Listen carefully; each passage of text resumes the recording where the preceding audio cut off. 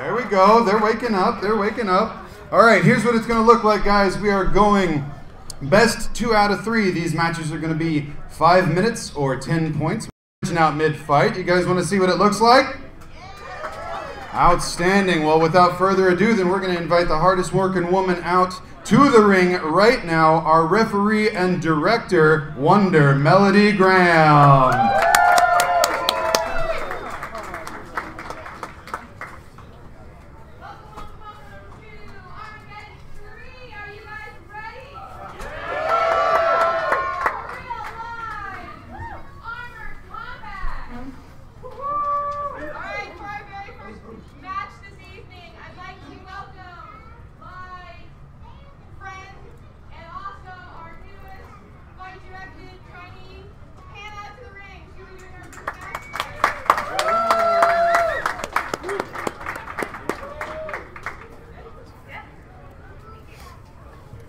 Livestream is live.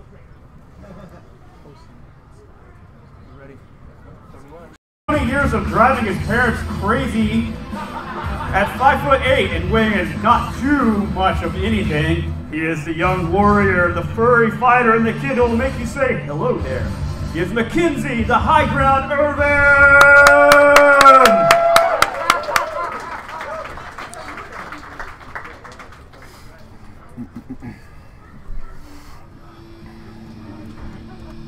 Walking in at 5'9" with the weight of a twig, but might of the fierce snowball, Dane the Wampa Kegel!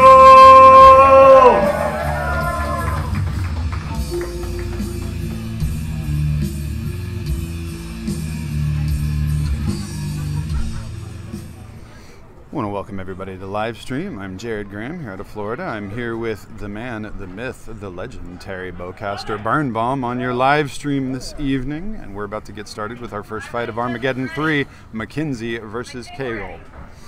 And these guys, this is the new generation of TSL right here. Who's running score and time?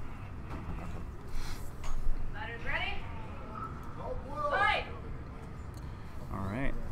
2 of our youngest fighters. Yep.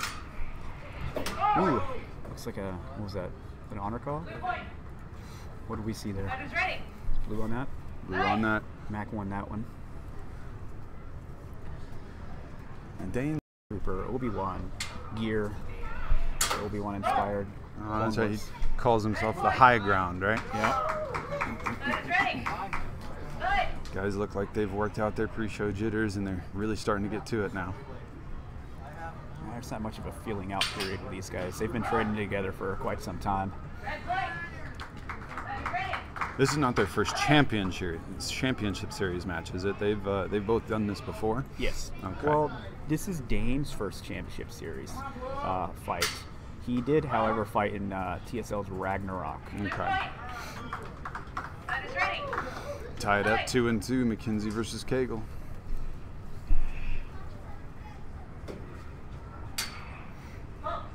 Ooh, nice thumb shot. Dreaded thumb shot. Oh. 2-2. Red to the side of the head, just barely beat Blue's thrust. And Red takes the lead for the first time in the match, 3-2. We got a packed house. Look at that crowd. I love it. I feel like the longer we go and the more times they visit the bar, the louder they're gonna get. Well, yeah, absolutely. All right. Looks like we have a little saber malfunction. Looks like what is it, the blade or Suba is loose a little bit. We got Jimmy Surreal in Dane's corner, giving him a quick.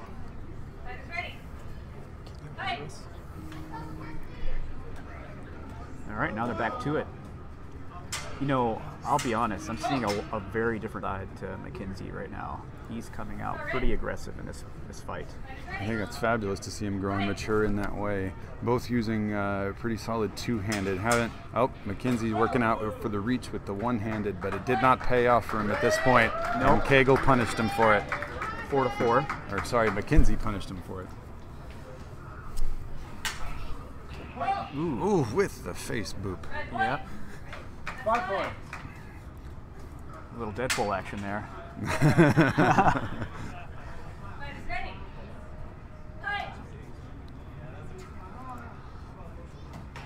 Ooh. Look like fingers again.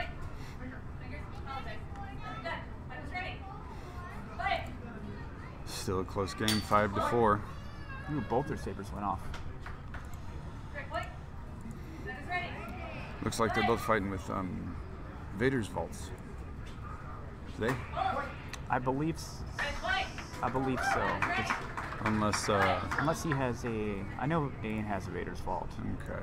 Looks like McKenzie got. Yeah, Dane's got an Acolyte from Vader's vault. Some awesome sponsors of TSL. McKenzie's aggression is keeping Dane on the back foot, but 7-5. Ooh, is that a thrust to the stomach? Okay. It's all right. But even on the back foot, whenever McKenzie overextends, Dane makes him pay for it with the counter. Here we go at match point for red. Nice. I have to say, I taught him that. 1 minute remaining. Both Minnesotans, both extremely experienced at fighting each other. This is going to be match 1 of potentially 3. And we're at match point right now for red. And red takes the match. That's it. Round 1 goes to Dane Gale. Put it in my hand.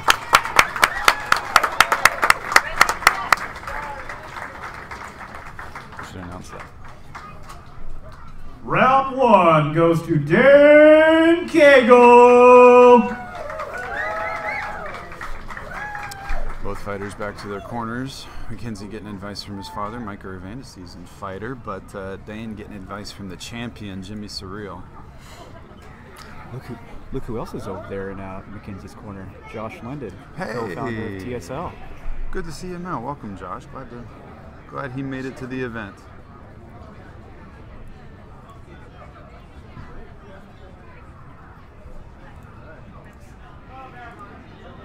I do know that Josh has been coaching McKenzie for the last couple years, so it's a pretty big deal, you know, seeing McKenzie grow and to where he's at right now for Josh. So awesome. Looks like having them in his corner has re-energized McKenzie to come out and try and take this second match. Yep. He'll have to stay alive in this best 2 out of 3 scenario.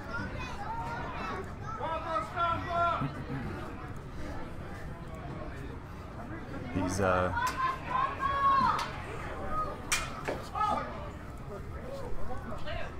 Wampa Stompa.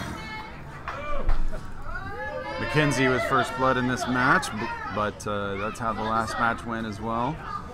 He's backed off on some of that aggression and is waiting on Dane to make a mistake, sort of a reverse of last. Honor call, red point, and we're tied up at 1-1.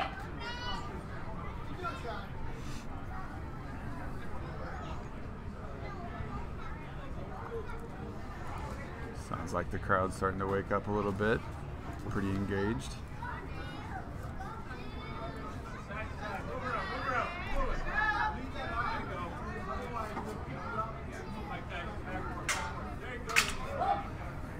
Dane overextended.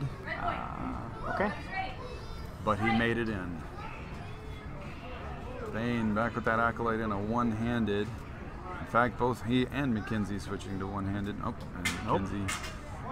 Nice.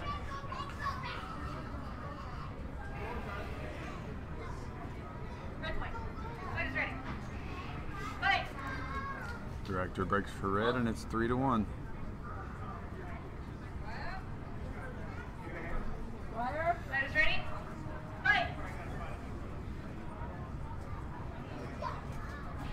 A lot of aggression coming from Dane right here. Just sort of stalking across the ring, but McKenzie uses that two-handed defense, knocks it out of the way, and taps him on the back of the head.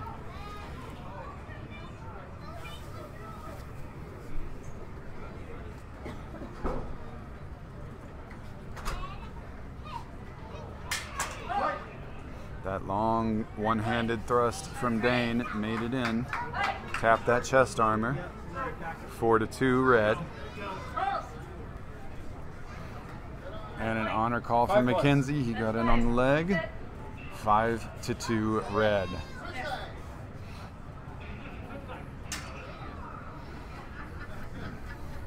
A little friendly ribbing on the way to the reset, and here we go with the end of the second match. Ooh, it's good. There we go. Ooh, Dane's coming out a little bit, and McKenzie took that though. 2 minutes left in the bout. McKenzie working hard on that defense, trying to get those long one-handed lunges out of the way so he can break in. Both using their space really well, lots of sidestepping. Yeah, this has been a very mobile fight. Mm-hmm. I mean, they are young, so it makes sense. Our poor directors have to run around the ring, keep an eye on the action.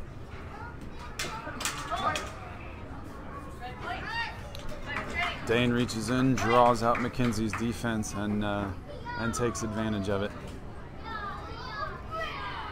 6-3, red, and again with the long one-handed lunge to the face. McKenzie's got to watch that overcommit to the parry. Minute 20 left.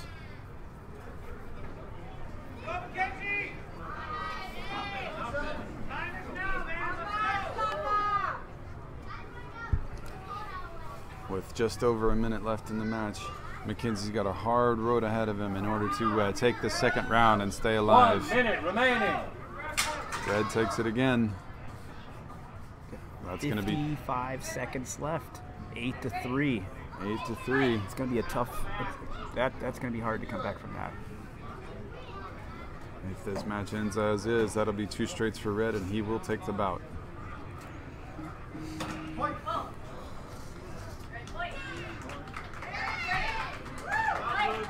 Game point, match point, round point for Dane. And he knows it too. Look at him walking across with that aggression. Took that. He got it. That's it. And the winner of our first championship series fight in Armageddon 3 is Dane Cagle. And our winner is Dane Cagle!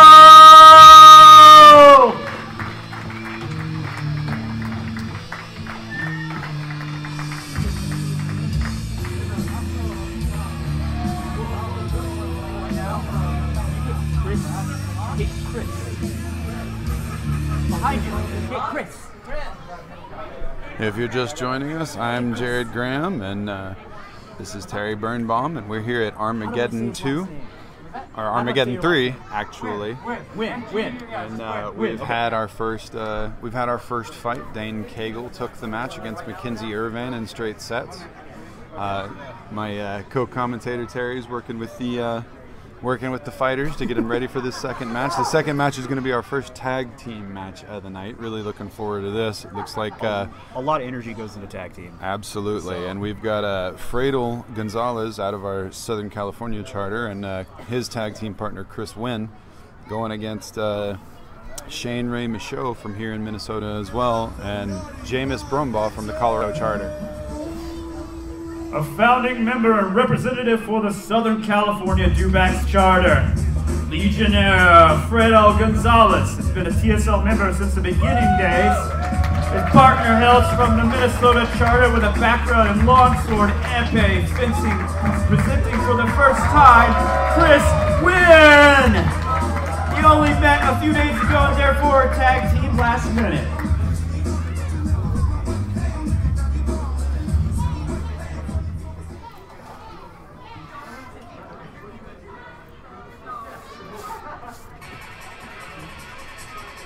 Hailing from the deserts of Arrakis, representing the Colorado Charter with a marginal amount of saber fighting experience, Jameis Brumbaugh!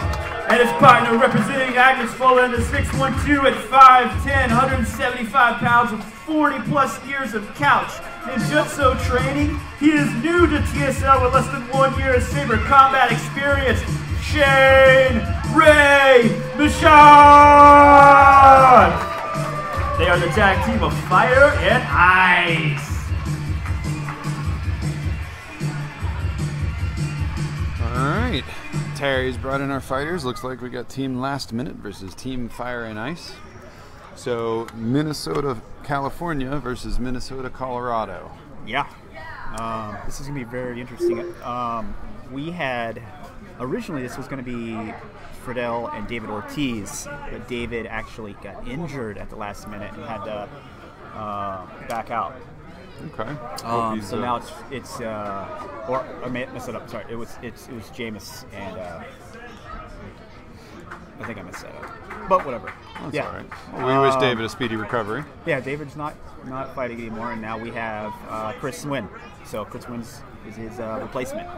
It's really good to see Chris Wynn coming out for his first Championship Series match. It was a couple of years ago. I was here for a Championship Series match, and he was an audience member, and we happened to be standing in the same place. And he asked me lots of questions and wanted to know what this was all about. And he told me, I'm going to do this. I'm going to do this someday. And today is that day.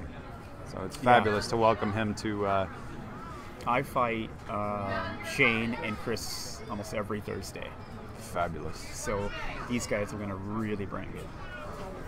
So it looks like we've got Last Minute in the blue corner with Friedel and Chris, and it looks like we've got Fire and Ice in the red corner with Michaud and Brombaugh. Jameis Brombaugh from Colorado starting out against Chris Wynn of Minnesota. See, look at that structure. Look at Chris. Chris is very, very just dedicated. He seems extremely strategic. He was waiting on that. Yep. Director Melody taking over the first tag team match. We want to welcome also Hannah Kate Gamak to her first Championship Series directing gig. She handled that first match for us. She's training to be a director as well. So fabulous to have her out. Currently 1-1. Good honor. Good honor call from Chris. So a strategy I'm seeing here, they're circling, but they have put each other in opposite corners so that it's harder. That was a nice hit from James. That was lovely. Sorry, I saw that and instantly reacted. Absolutely. Jameis was headed in for the head hit, but Chris very strategically put the side of his saber right on his chest to avoid the illegal abdominal thrust as well, and just let him run into it. Extremely strategic fighter, Chris. He's got a lot of potential. Looking forward to seeing what he has to offer in the coming years. Jameis goes for the tag. Shane's back. Shane Michaud is in, and both teams on the tag. We've got Shane versus Friedel. Friedel, an extremely mobile fighter. Shane came out hot with that. Friedel, an extremely mobile fighter. He will change directions at the drop of a hat, and you'll have your saber somewhere it does not belong, and he'll take advantage of it. Now, what Shane wants to do in this battle is Shane wants to use his reach. He wants to use his height and his reach to his advantage to keep Friedel at bay. As soon as Friedel gets inside, he's going to take advantage. And exactly what Shane did. Okay. All right, looks like it went in on the side, so that was a slash. Side action. This is a fast-moving tag team battle. It is 5-4. All right. At 5 points, we have a full reset. Full reset mandates a tag team trade. So we've got Chris and it looks like Shane and Friedel are back in. Yep, they switched sides. I see. It's a top of the hand shot right there. Ooh, little graze. There's a little graze. It's all right. Every little boop counts, as we know. Oh yeah, the king of the boop sitting right next to me. I've experienced it firsthand in Florida. Well, you know, they're lightsabers. We don't have to swing for the fences. We don't have to chop wood on each other, and that's part of what keeps our sport safe. Absolutely. We're going to work. You know, we're not. All right. Simultaneous strike mandates a switch for both teams. We've got Jameis back versus Chris. Looks like in this particular tag team, the same people are lining up against each other every time. That's keeping it close. Again with the simultaneous, again with the switch. 6-5 blue. You got to be ready at any second on the tag fatal. team. Saw fatal on that. Yep, good.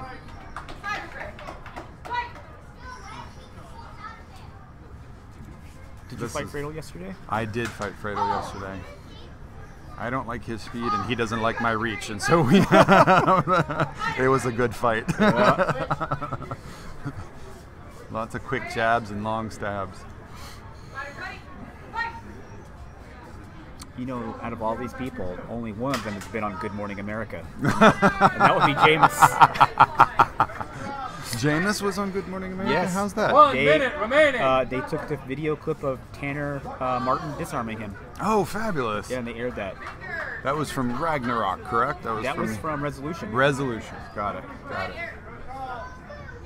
It's a good problem to have when you've got so many championship series events you can't remember which one was which. Yeah, absolutely. And they just keep happening too. Another and switch. now we've got Chris and Jameis. Chris and Jameis back to original fighters. 30 seconds remaining. Jameis using that Suba to his advantage to keep it off his wrist while he comes into the underside of the elbow. Very fast moving fight. 8 for red versus 7 for blue.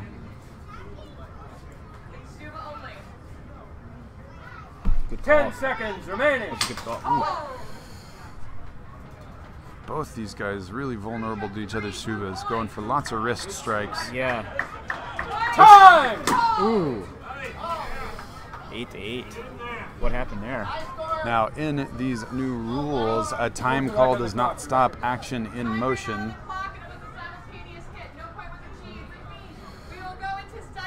And tag team sudden death. Tag team sudden First of the night, first match for the first tag team, and we're already in sudden death. This is shaping up to be an exciting event.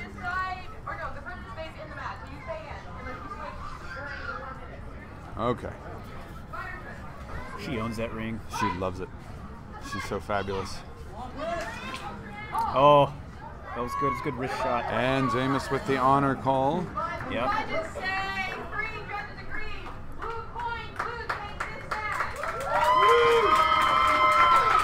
Well, she called it.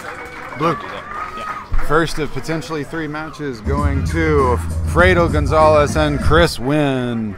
Yeah. Team last minute. Team last minute.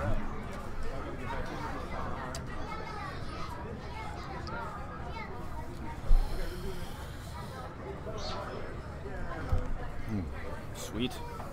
I'll be.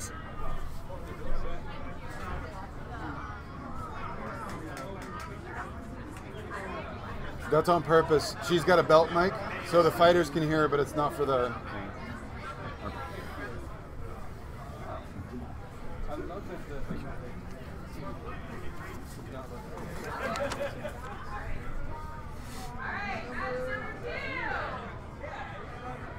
I don't know what that means.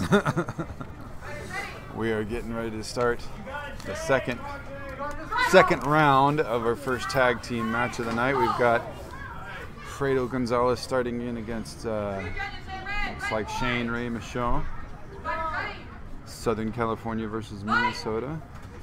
First blood goes to Shane, but Fredo answers. Line judges give it to Blue. 1-1.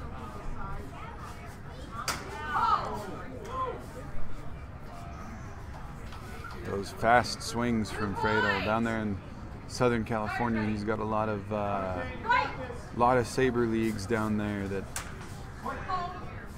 They come from a lot of different styles. over absolutely. Some of the fast moves and flourishes are reminiscent of some of the folks he fights with down there in South California. All judges, red point.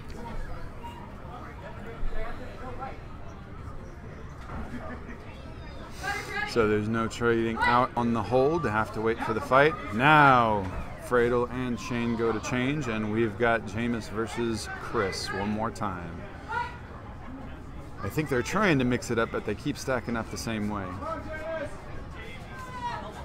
These tag team matches invite a new type of chaos into these lightsaber fighting.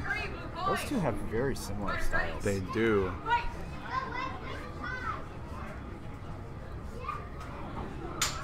I think between the two.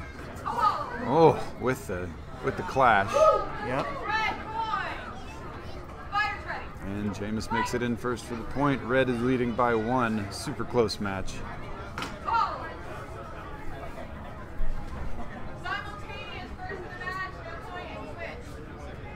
All right, simultaneous mandate to switch. Back to Shane and Fradel.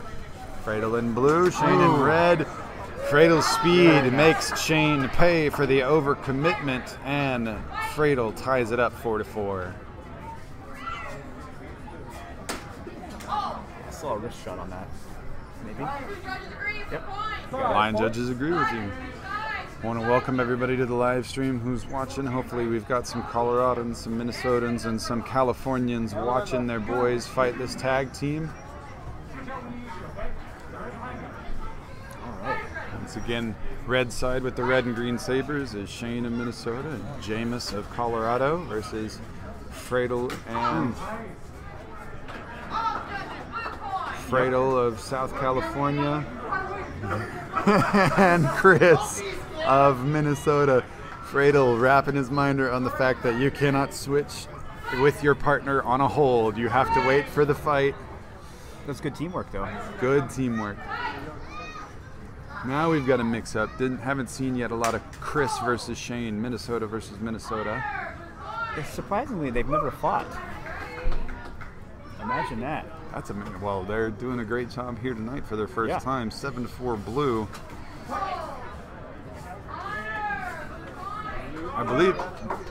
I believe blue took the first match as well, so they're trying to knock it out in straight sets. 8-4. And Chris taking the arm shot on the way in. Yep. Match point, 9-4. and it looks like we're going to go in straight sets again. And this is happening right here. I've already said that these two guys are pairing. Oh, it's a good forearm shot. Chris reaching for the elbow, and Jameis punish him on the way in. 9-5 match point. This will be the second in sets for look like Suba. No contact again. No line judges committing to it. 1 minute remaining. 1 minute on the clock, and Jameis of Colorado versus Chris of Minnesota in Chris's first championship series ever, and he's trying desperately to bring it home for blue team. Simul. Is that Simul? All judges seeing a simultaneous. Back to Minnesota Shane versus SoCal Fradel. And Fradel with the side of the head on the way in. All the line judges say blue, and in straight sets, team last minute pulls it out. This next fight, I'm going to have to be stepping away to coach one of my local members. So. All right, we'll see if we can handle it on our own. You could send Charlie up here. He wanted to spend some time on the mic. Yeah, I'll do that. You announce a blue one. And our winners, Team Last Minute!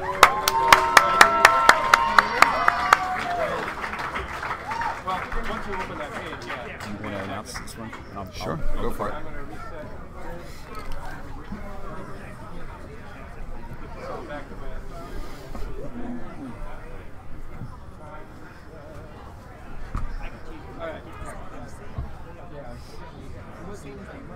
Sorry?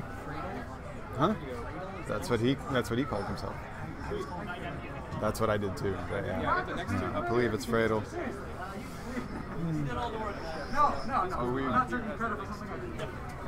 Are we ready on Media's music? We're going to take another couple seconds. I'm going to look and make sure they're ready. Yeah, they're supposed to all over the map. I'm like, oh god.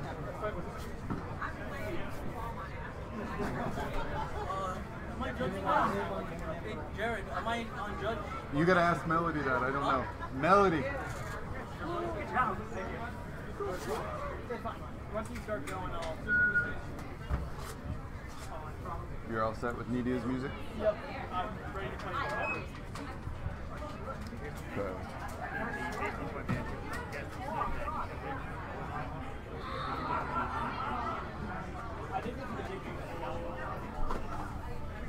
Okay. All right. Go for Nidia's music, please. Alright, for our next fight, entering the ring with her friend and trainer Yoda in tow, hailing from the Florida charter, Kyber Knight and Amazon. Active in saber combat for just over a year, this Amazonian warrior is a champion of the light side, defender of all that is right. TSL Championship Series debut outside of Sun Crusher, Nidia Antimaha Renero.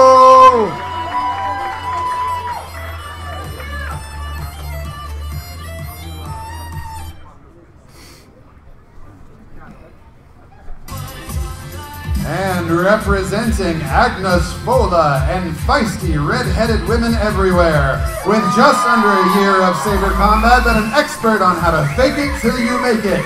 Standing in at 157.48 centimeters tall and weighing in at 9 pounds on Pluto, Stacey the Kitsune Hassler.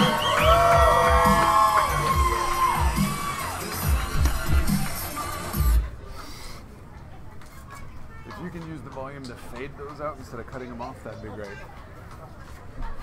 Alright, live stream. It's your boy, Jared, Maximum Effort Graham from Florida, handling the announcing, the live stream, just about everything up here with my man Mike McDonald. I appreciate you running all the technology for us today. Thank you very much. We're here at the James Ballantine Uptown VFW in not so sunny Minnesota. It is negative ridiculous degrees outside. And we are about to start a fight between two newcomers to the championship series. We've got a friendly neighborhood friend of Terry Roland Birnbaum, Stacey Hassler from Minnesota, and a Floridian making her debut as well in the championship series, Nidia Renero. Nidia in blue and Stacey with the yellow saber on the red. Nidia taps the head on the way in for first blood.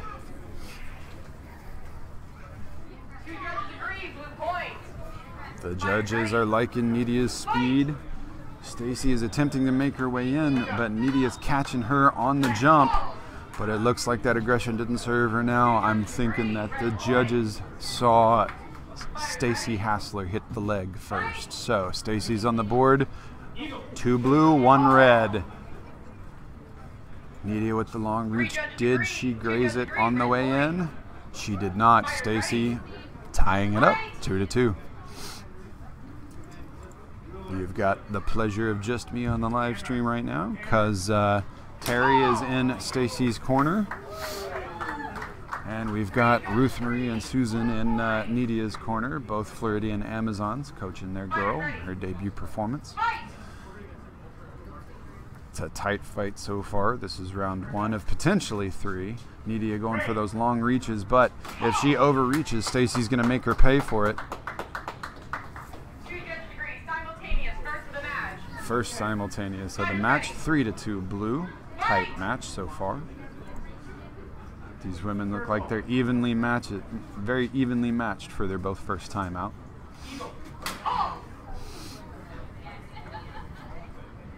Stacey making great use of the ring, lots of movement.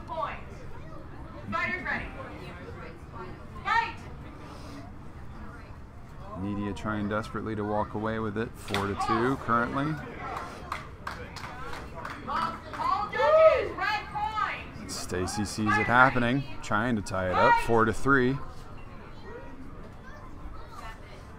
Got both ladies sticking to primarily two-handed stances until they need reach, and then reaching out with that one hand. Stacey puts it on the side of Nidia's head to tie it up. Nidia with the blue saber, wearing her trainer, Yoda, on her back. Going for that speed. Taps Stacey's arm on the way in. Nidia's the first to 5-4, and they switch sides.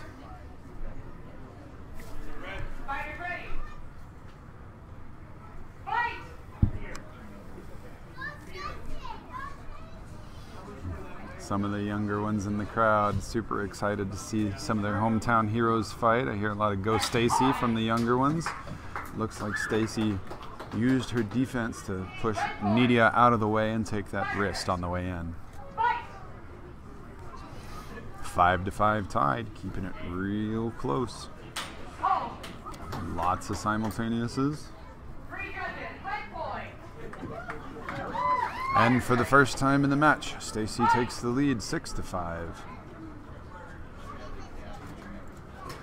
And the swing and the miss from Stacy. Nidia dodges the leg shot and taps her on the head. Say, no, I'm not going anywhere.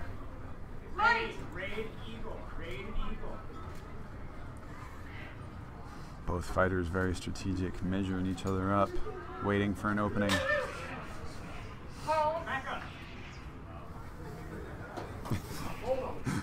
Stacy super energetic.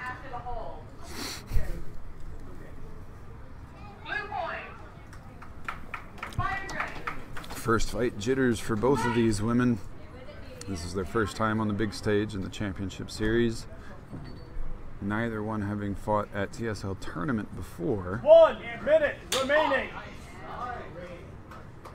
Nidia has experience in Florida, having fought in the Florida Cup already with some success. Stacy, a relative unknown. She's done her best to keep herself and her videos off of Facebook so that her opponent could have no prior research. And Stacy with the long reach, take that leg, 8-7. Down to the wire, 30 seconds left. Nidia holding a thin lead, 8-7. This is not the time to back up and work your defense. This is the time to attack and finish it out. 8-8, tied up. You can see Nidia grinning through her mask. They're having a fabulous time on the floor. The audience is into it. Audience is into it. We've got mixed reviews from the judges. Simultaneous. 2 seconds left. This is down to the wire. Last hold. And these ladies move to sudden death. And this is just their first round of potentially 3. We'll see who can take that last second point.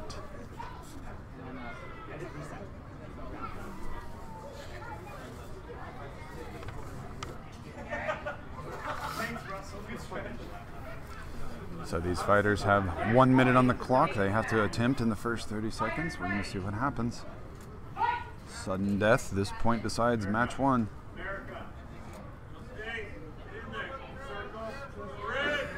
Stacy backing up. Nidia with the long reach. Who got in there first? Nidia took wrist. Nidia took wrist while Stacy was on her way in.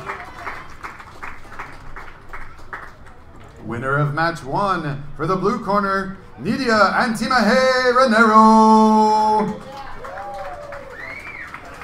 All right, we've got potentially 2 more rounds. It could go either way.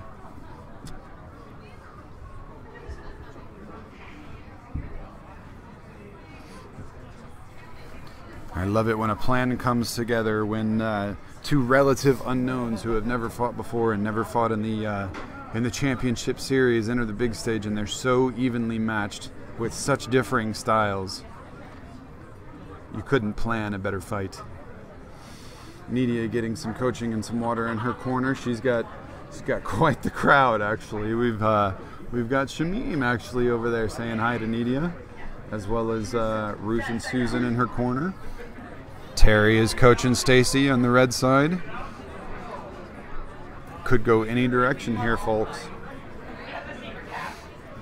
And if you're just joining us, welcome to the Saber Legion's Armageddon III.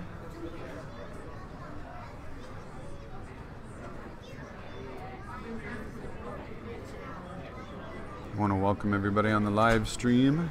I want to welcome everybody who not watching this live, but tomorrow or the next day wanted to see how all this went. Thanks for looking us up. We have a packed house here at the James Ballantine Uptown VFW in Minneapolis, Minnesota. There have to be 60 people in here. All the chairs are full. We've got standing room only across the back. We've got a live bar that is serving as fast as their little cups can move. This is going to be a great night of great fights.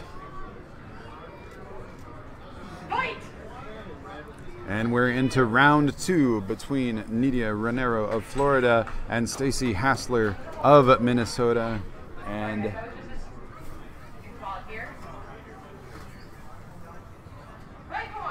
And Stacy draws first blood with back of the hand.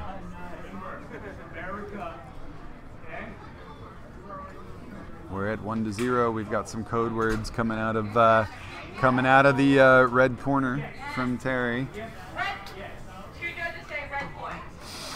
And it is 2-0 for Stacy. She looks like she wants redemption for round 1. She is out for it in round 2, and she has 2 to stay alive.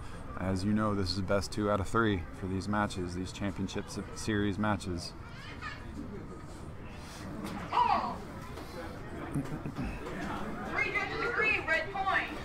Nidia going for that 2-handed reach to the head, but Stacy's backhand, her low backhand, is just a little bit faster, and we're at 3-0.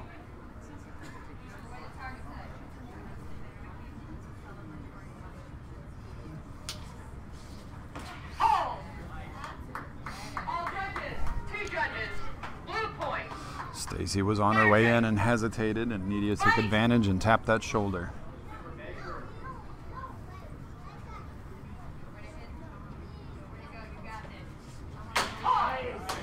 Stacy swinging for the fences to try and batter through that defense. 2 judges say simultaneous. First of this match, no point achieved. Warning on 2 hard hits. Fire ready.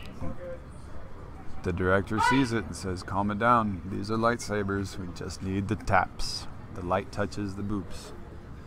Everyone will get you a point. All friends here.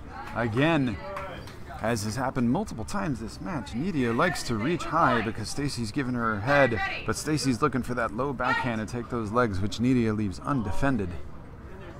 And it seems to be a matter of who happens to hit first in these exchanges.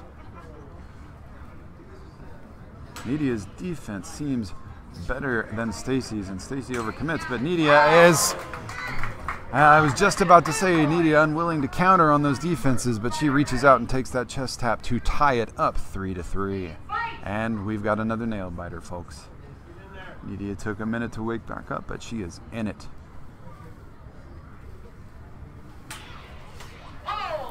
Nidia on the defense trying to work her way into that wrist, but did she make it first? She did not. Stacy takes the elbow tap. 4-3. This match mostly being controlled by Stacy, but Nidia is trying to fight her way back.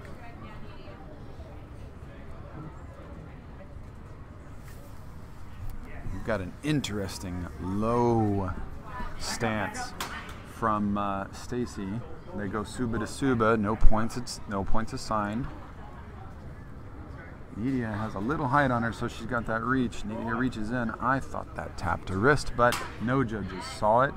Nidia with the defense, Stacy on the constant attacks. Both of them make it in at the same time for another simultaneous. Still 4-3, red. We're at 1:30 left.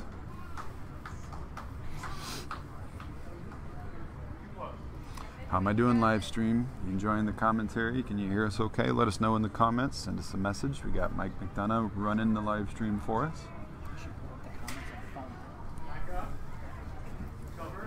Mike says, I'm not looking at your freaking comments. You look at them yourself. Okay, that's all right. I'll pull it up on the phone. We've got Stacy of Minnesota in red with the yellow saber. We've got Nidia of Florida in blue. Nidia with the reach, taps that chest, ties it right back up at 4.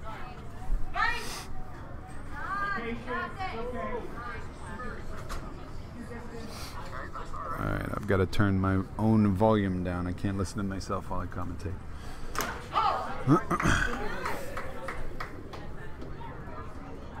Simultaneous, third of the match. Everybody loses a point. Alright, we are out of simultaneouses for this matches.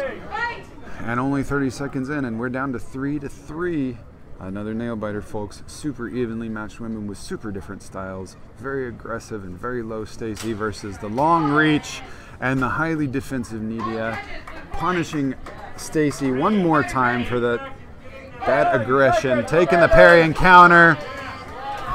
Once again, Stacy on her way in. Nidia reads it, but she gets it. She gets it first. Time is up, and our second in 2 rounds. Back to sudden death. 4-4. Next tap wins it. If Nidia takes this tap, she's done in straight sets. Stacy has to get it to stay alive.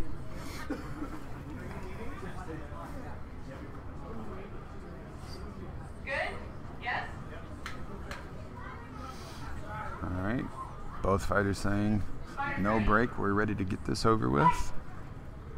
And here they come.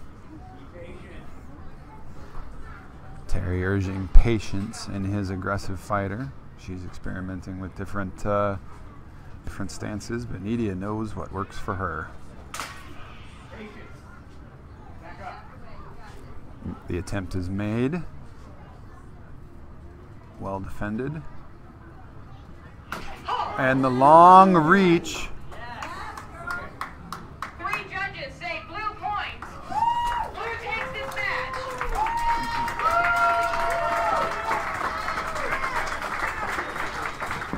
Winner in straight rounds in the blue corner, Nidia Antimaha Renero.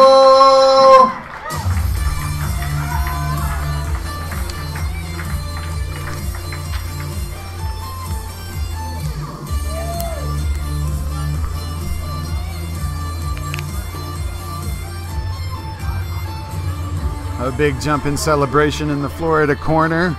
That was an incredibly close match with some incredibly dynamic and talented fighters. I do not envy our judges and line judges and directors on that one. That could have gone either way. I love seeing the dynamic of the 2 fighters with such different styles working against each other. In my opinion, in this humble commentator and fighter's opinion, these 2 made a fabulous debut into the championship series and have earned themselves a little reputation for coming back. And maybe we'll get a grudge match rematch out of these 2. I would watch it. I hope you guys would too. We're gonna get set up here for the next round, and the next round is a California-Colorado Classic. It's gonna be Brian Freeman versus Lewis Spooner. These are 2 of our OGs. These are 2 of our old Rogue Squadron trainers. These are some of the guys that have been in the Saber Legion since the Saber Legion started.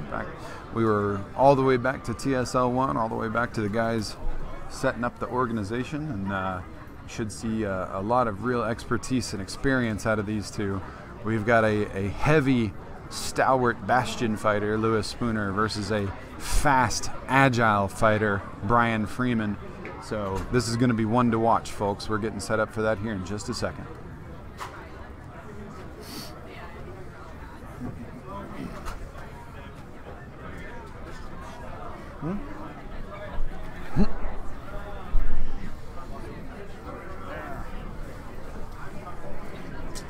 Wow, that was aggressive. That was wild. Yeah. She's good, man. Yes, she is. She is really good. I love her style. She's so low and engaged. Yes, she's the fox. That's her whole thing. Is the fox. Terry coming back and rejoining us on the live stream and talking about his fighter Stacy Hassler and her fabulous championship series debut and her fight against Nidia, which went to sudden death in straight sets with just That's awesome. It's absolute. I was telling the live stream how fabulous it is to see 2 untested fighters come out and give such a good showing their first time out, and to be so well matched too. Right. So kudos to whatever genius designed this card. I don't know who that was. I don't know. She fought hard, and that's one thing that I taught her, and I fight hard, and Absolutely. It'll probably be expected that you get a power call on you, because that's how we train and that's how we work. So you know, but she toned it down after She did. that. She adjusted well to a lot of what she was given. And she Yep. had a lot of good aggression. Nidia used a little bit of reach on her. Nidia with a couple of inches worth of height advantage and a couple of inches worth of reach. We didn't anticipate Nidia's blade. You know, like she had that shorter blade with a lot more control behind it, and I'm like, I was expecting her to be maxing out, and she didn't. So that changed our game up a lot, and it became more defensive. So, yeah. All right. Impressive fight all around. Absolutely. It looks like our two guys are just about ready. We'll get the high sign from the director, and we'll move forward with the OG grudge match. The OG grudge match. These guys were TSL year one guys. First couple months, you know, of us being a thing. They were the ones that, you know, were here getting it all going. All right. Let's see if Mel's ready out there. Is Mel good? I'll get her attention. All right, look this way. Look this way. Yeah.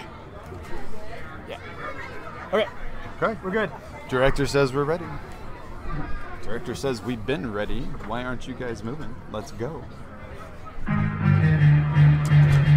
Hailing from the town of Evans, representing the Colorado Crate Dragons, he has 4 years of lightsaber combat experience in TSL and was a member of the Rogue Squadron training team, standing at 5'9", weighing in 142 pounds with a 69-inch reach. Brian Dillygaff Freeman. And good taste in music too. Yep. Jamming up here.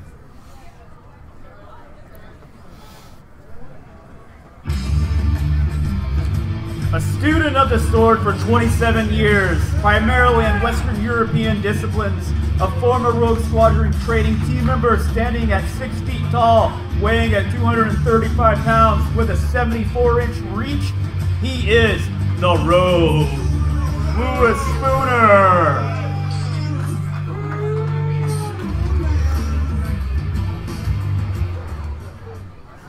Well, this is going to be an interesting match. You know, Brian cuts a dashing figure. He was one of the original people to customize his armor, and a hell of a good job he did way back in the day, and hasn't had to change it since. He is iconic in TSL. But Lewis is an imposing figure in his red and orange. He's got beard sticking out from underneath his mask. He's taller than Brian. He's got reach on Brian. This is going to be an interesting set of dynamic saber battles. I wonder if they're going to Shicho us though, because these guys both were really into that back in the day. With a little brotherly love to start us out. That's how you know you're doing good.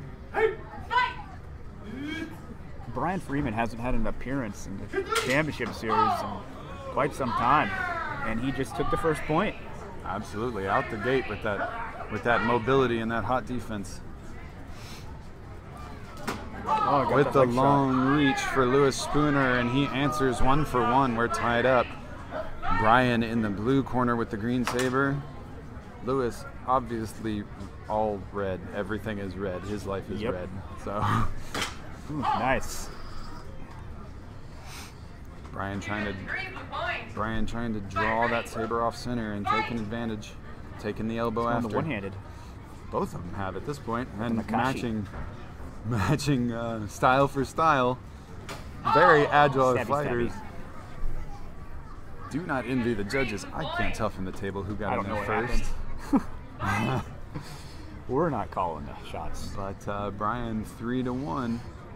2 unanswered at this point. Oh, Lewis with the long boop to the elbow. That reach is going to be hard to overcome. A classic boop. Brian's speed versus Lewis's reach. It's the old, and there it goes. Knock it out of the way and get inside. That's how it's done. All you shorter folk fighting taller folk, that is how it's done. Parry and counter while moving in. Ooh, Lewis with the long thrust. Again with that reach. All day.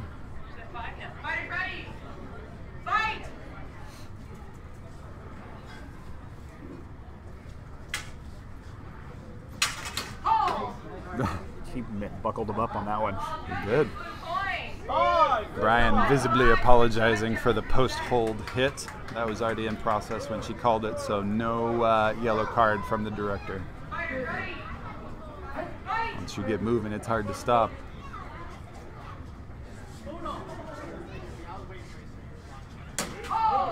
Lewis with the long reach, tap that shin, but he's fighting to catch up. 5-4. 5-4.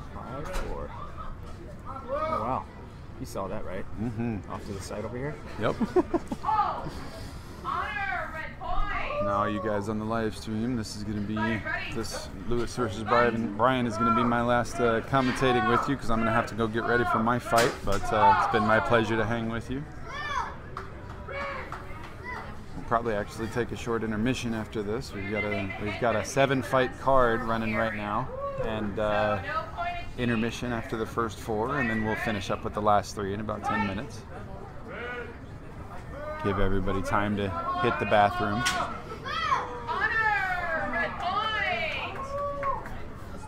6-5. And for the first time in the match, Lewis is taking the lead. He looks like he's finding his rhythm against Brian.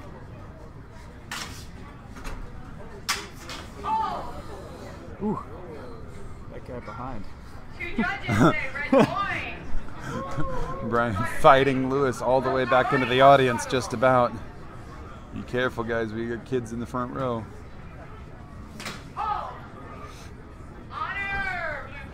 Lewis, you got to come back out aggressive. He needs to get out of that Brian corner. is fighting his way back, 6-7.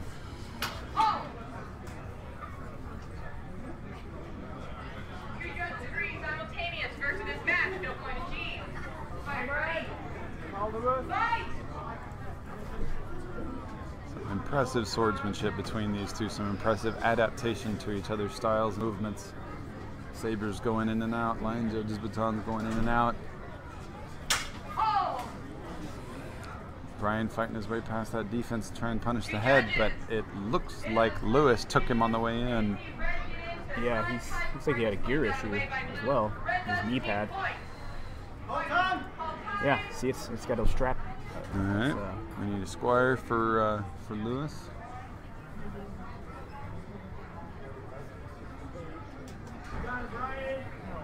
Brian taking a moment for meditation and rest. Lewis getting taken care of by Director Melody, and Director Melody telling Brian, back up. Wait for the fight before you go charging in. Director Melody will run this ring. He's still in that corner too. 8-7. Brian's a mobile fighter, but Lewis is a bastion. He will stand his ground, and you come to him.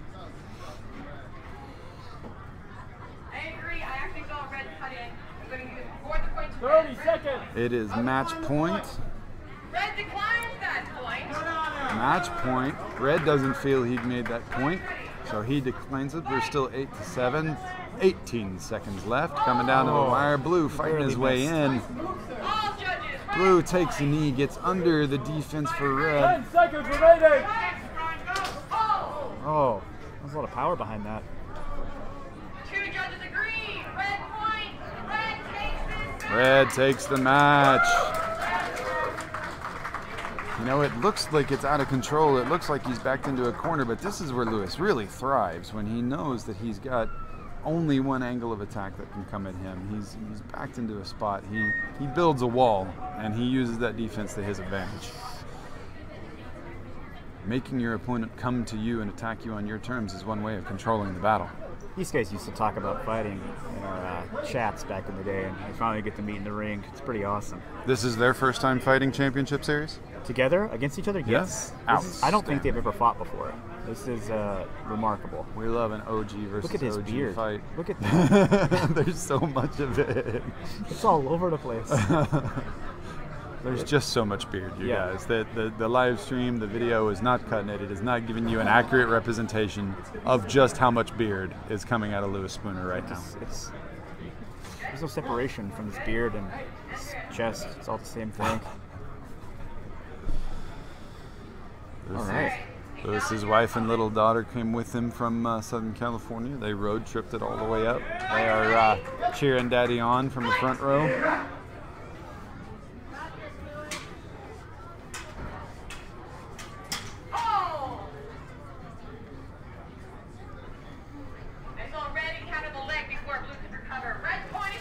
right, we're into round 2, and Lewis is trying to take it home in 2. So far, all of our fights have stopped in 2. Everybody's gone in straight sets. So it's been, even though they've all been nail biters and come real close to each other in points. Not a third round yet. Exactly.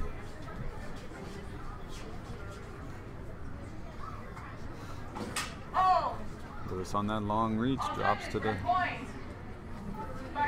pommel hand and takes that last inch to tap Brian in the shin. Lewis going for a high guard. Brian batters his way through it and takes the slash to the stomach.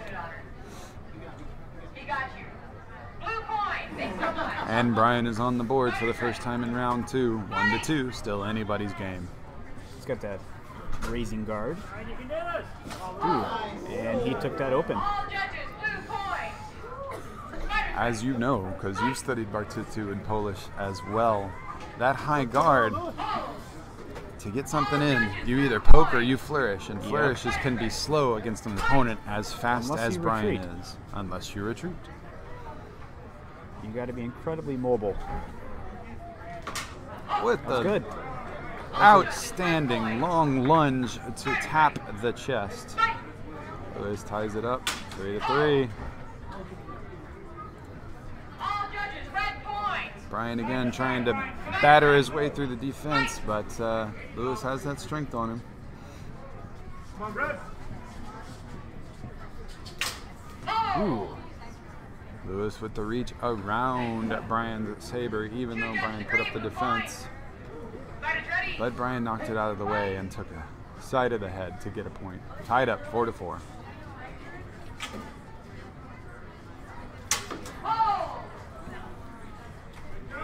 Looks like Brian's got his number for that high hanging guard. I wouldn't do that anymore, Lewis, if I were you. He needs to change that. Yep. He's adapting to that. Absolutely. He's adapted to that guard, so. He knows exactly what he needs to do to batter it out of the way. I tell my people in Florida, if somebody's one-handing against you, you strike toward the open palm, right? You knock that out of the way, the wrists overextends, and you lose control of the saber. And that's exactly what Brian's doing to Lewis's hanging guard. And it looks like Lewis knows it too. Did you see that? Brian with the long lunge before Lewis was the ready. head. Brian trying to walk away with it, 7-4. I mean, he's got 2 minutes left.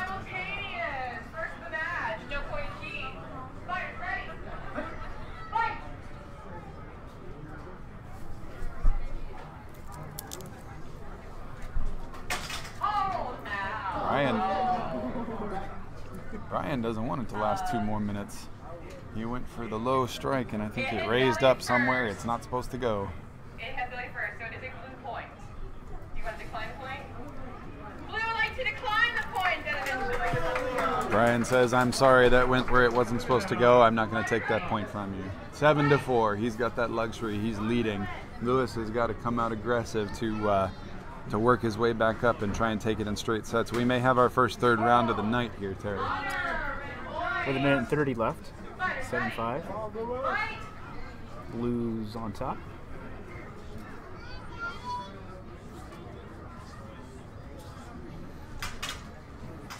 Ooh, he got it on the Lewis with the long reach and left it there, and Brian walked into the saber face first. It still counts, you guys. 7-6. Closing it up. 1 minute remaining. I follow agree with Jimmy. Red point make contact first. 2 judges agree. Red point. Red has tied it up. Lewis is hearing the same thing we're hearing on the table from the front row. Let's go, Daddy. Fight, Daddy. Nothing motivates you like that. Simultaneous second of the match. No point achieved. One more simultaneous, and we're going to start losing points. Tied 7-7. 33 seconds left, and Lewis trying for a coup d'etat. Finish it out. That looked as simultaneous as anything I've ever seen. On the face. 2 judges agree. Blue point. Let's go, Red. Butter's ready. Fight. Oh! Lewis with the long reach, taking the unprotected leg. Brian's defense couldn't get there in time. Tied 8-8. 10 seconds left. This may be the last point of the match. Who's going to? And the long reach again. Undefended legs. Lewis Spooner. 1 second left. Time. That's time, and by 1 point in 2 straight sets, Lewis Spooner takes the bout. Winner, red. Announce it. And our winner, Lewis Spooner!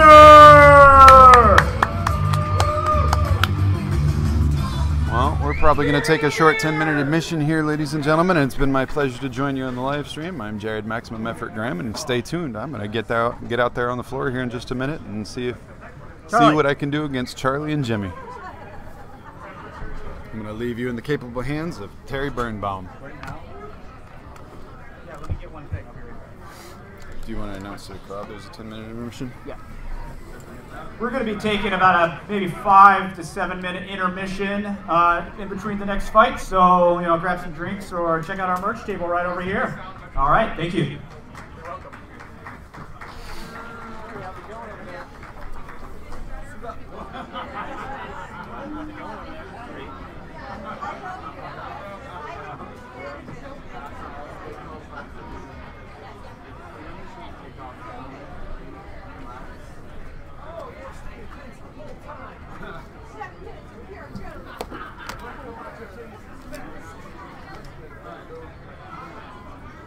When do you need to get ready? You don't have to. You don't have to. All I need to do is get this stuff on, and then I can talk.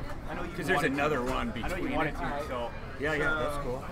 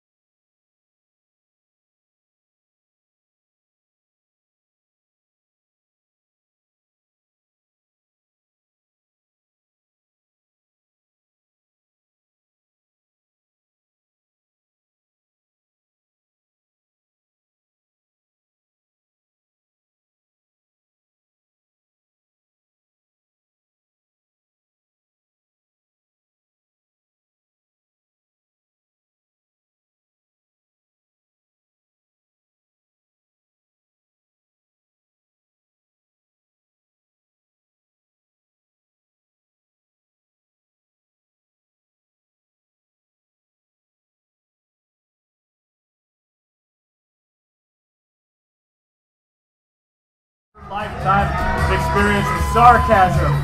When they are smashing Saber, she's deeply pondering if that witch ever got out a ludicrous way, and he longs to be drawn like one of your French girls. Now, we finally get the answer to that question of what you get when you combine a tax accountant and a map nerd. Ruth Marie Royale Hodges and Eamon Fujian Abdu are Team Heretic! That was a mouthful.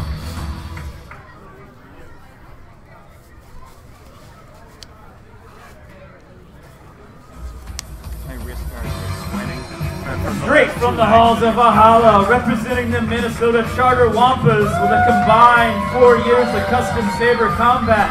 Between them, one tall and one small, Josh the Viking Wilcoxon and Kristen the Valkyrie Mikado together are Odin's Misfits.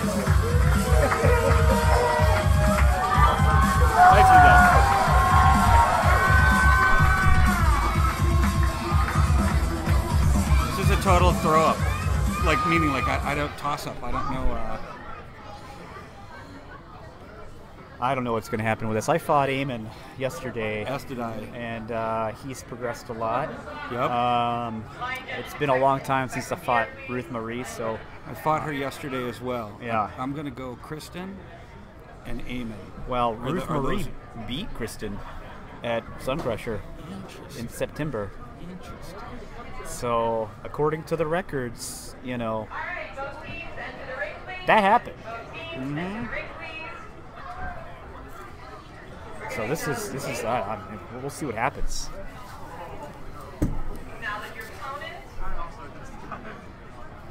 All right, here goes the bows. I forgot to introduce. Well, I don't need to really introduce the guy, but we have Charlie Cummings up here, co-owner and vice president of the Saber Legion. Boom, here he is, commentating with myself.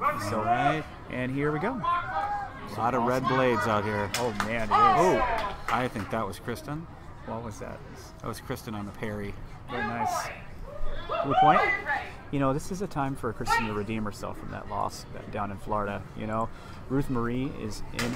Ooh, that looks pretty simultaneous to me. That was a throat. Yep. Yeah, she got a throat shot. Yep. But that's why we wear gorgets, because accidents do happen. Yep. Unscorable point to the throat. Unscorable point to the throat. The secondary hit from blue will count. That will be a blue point. Okay. So yeah, it's, you know, Ruth Marie's in Kristen's home turf. So yeah, I wonder if it's going to be look like Kristen got that just slightly faster. Yep. I'm wondering if this might be then a home and home setting up for a third match. Although still super early in this one. Home court advantage is always a thing. Agreed. It's one thing when you got your family rooting for you from the side too. I also think that Kristen has a pink blade. That's not red. She does have a pink blade. Yeah. It's on purpose. If you look at the piping on her skirt, on her battle skirt. And her mask. Yep. Three red points. Correct. Fighters ready. Fight. All right, they're feeling each other out. Yep. Getting a good distance. Don't want to be too impatient. Oh, I think Ruth Marie got that first on the head. I couldn't see that from my angle. Yep, right on the top of the head. 4-2. 4-2. Kristen's up. Yeah, there we go. I was going to say, is this a tag team yet? She's staying in. Good. Oh, I like it. So, fighting Eamon last night, I was unaware of how actually kind of big he is. He is. Ooh, nice. He missed and she got. That's what I saw. I saw that she got it too. Me too. Yep, good point. Yep. She's not tagging out. He used that reach on her. Yep, he stabbed in there. What I was going to say is I was unaware of how big Eamon is. He's he's tall and wide. He's like 6'1", 240. Yeah, and like a solid dude, right? Not a lot of power. Yep. Is she gonna tag out here, or is that the? She's standing her ground. I mean, that's they might have a strategy. They probably. Well, she can't tag out right now. I think she got him on the side. Not Yep, sure. I think she got him. Oh, no. 5-5. Smart. Got that. Bring in some fresh blood. Yep. Got the Viking. Yeah, Josh always brings good energy. A little slippery, though. Yep. Oh, I think he got it. He blocked the shot and got it in the head. Josh's shot, yep.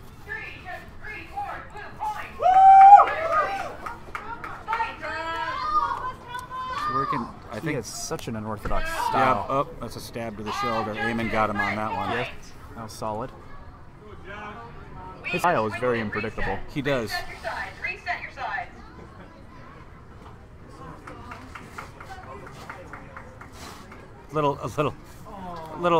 Little fighter love in the middle of the ring.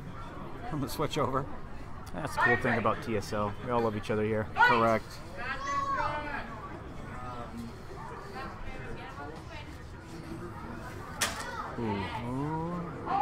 Yeah, he got that arm. I was going to say Eamon probably got the wrist on that. Media saw that Yep. from her point of view. I saw it from here too. We're not judging now. Whoa! What was that? What was that? That was out of control. Yeah. Oh, the double switch. How about that? Eamon just came off of fighting Ryan Kappas. Yep. Florida too. Yep. Very, very close match. Yep. I mean, Ryan won 2-0 on the matches, but I believe one of them went to sudden death, and the second match was extremely close. Yep. That looked simultaneous to me. That was very simul. Very. Mandatory switch. Yep. I have to remember that during their R1. I like that rule. Keeps people from, simultaneous is a lot of times happen when people are tired, when fighters get tired. Yep. Well, a little less thought happens, and it's a thing that happens in the organization. Yep. Ooh, close. Did he get that hand? I agree. The knee was encountered, but with a small move, but it still counts. Red point. She said boop. And that is the match. Red takes this match. All right. Well, that's 1-0. Yeah. Red took that. What is that? Team Heretic? Team Heretic, is that what that is? Yep.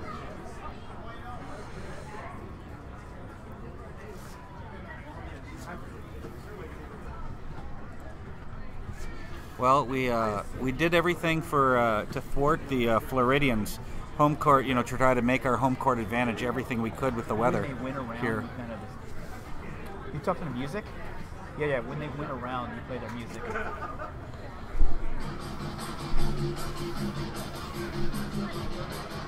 Yeah. So originally, when I first put together this card, and after analyzing it and watching everybody fight, I had Team Heretic coming out on top, just because of the history. Eamon, he's fought some pretty high-profile fighters. He's a big fighter coming out of Florida. Ruth Marie has already beaten Kristen, so by that logic, Well, didn't he took second place, didn't he? Or did he win the first Sun Crusher tournament? Series, I believe he took second place. Okay. Second or third. I could be wrong. I'm pretty sure someone in Florida will definitely correct me. Right. Because they're watching right now. All right. This is going into round 2 right now.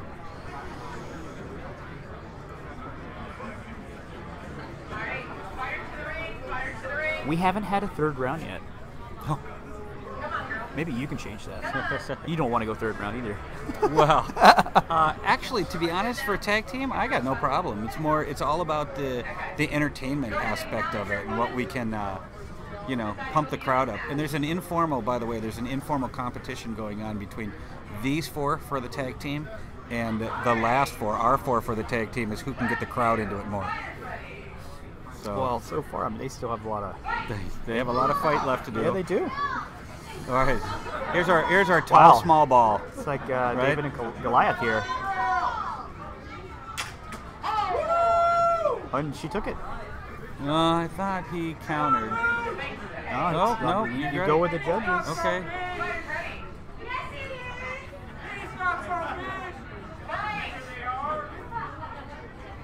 I believe there's like a whole foot difference here. I believe so as well. And She again, got him on that one too. All judges, red point. Up. he was looking for a stag partner back Yep. there. Oh, I think Kristen got in on that one on the shoulder. Two judges say simultaneous versus the match. No point G's. Simul. Fighters ready. Switch. Yep. Good call. You know, being a director and moderating is so much of that. It's pretty difficult. Correct. Correct. You're a human rule book. Yeah, and especially doing, you know, this is Mel's first time doing a tag team. Yeah. The tag team earlier was the first one, but Ooh, nice. Yeah. Good arm shot. all right. Josh needs to connect here, or it's going to be a short match. You know, Eamon's no slouch. No, correct. Oh, nice shot right to the face. Yep, and he's already. Eamon's keeping a really nice center line on Josh, despite him moving around. You can tell that he's got basically a kendo background or a Japanese background. Absolutely. From Eamon, with the way he. Kristen is the same kind of fighter. She keeps a solid center line. You know. It's I'm seeing a lot of that. Chris Wynn earlier, prime Yep. example of somebody that just holds that center line and almost. Yep. Kristen held her center line at that, and Eamon basically came into the strike. Yep. Right. That's what's happening.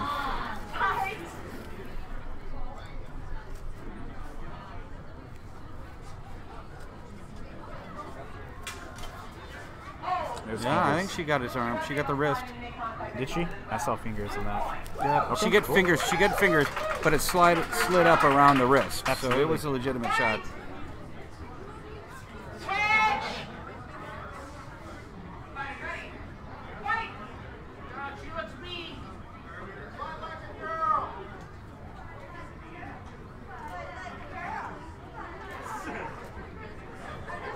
Just fight! That's right. Oh, I think Ruth Marie got on the shoulder. She's super low. She's got a maxed out saber.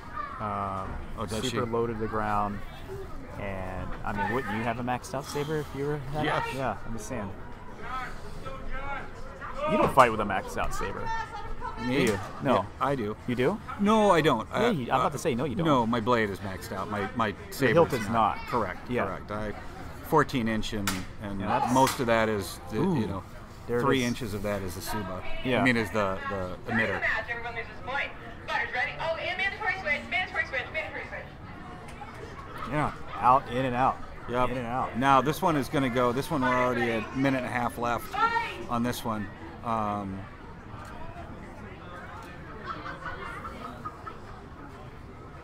That was blue on that one. Yep.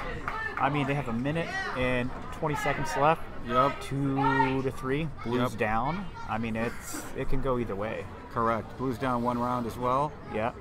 So the Wampas need this one. Nice fight! All judges, red point. Fighters ready. Fight! 1 minute remaining. Red needs to fight with a little, Blue needs to fight with a little sense of urgency on this one. Oh, she got her on that one. That was that. Yep.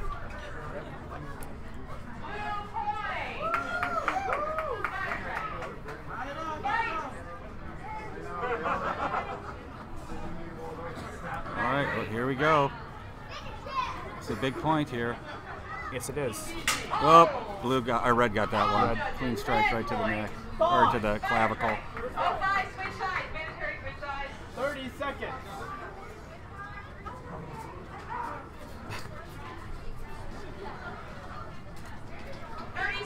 Remain. Fighters ready. Fight! Oh, that was that her. was- She got that one. That was nice. Yep. She went in and then Is it came around. 1 point? It's got 6-4, 5-4. 5-4.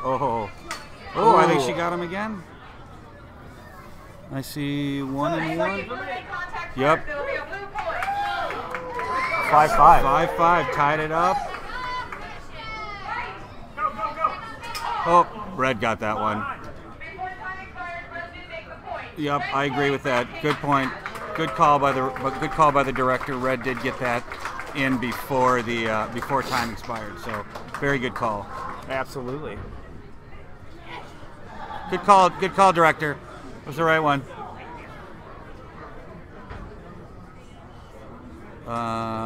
Well, here's another one that does not go 3. Yeah. So we are. And our winners, Team Heretic! I forgot to announce that. That's all right. I was like, oh yeah. All right, so up next. This is a big fight. Unfortunately, this fight is a little bit marred. Yep. Because this has been a long time coming for this fight. With that being said, I've got to go go get ready for my fight. I'm going to. I'll just be up here by my lonesome. You want me to send somebody up? I don't know. Who's out there? Who do you want to listen? Who do we think? Who do we Jimmy's think? over there ready. He's attacking the. He's very aggressive. I know. Well, you know, he's a man of God. They get aggressive. He smiles a lot. Yeah, he does. All right. Thanks, everybody. Way to go. Way to be here. It's gonna just be me. You'd have to ask Jimmy if you wanted to.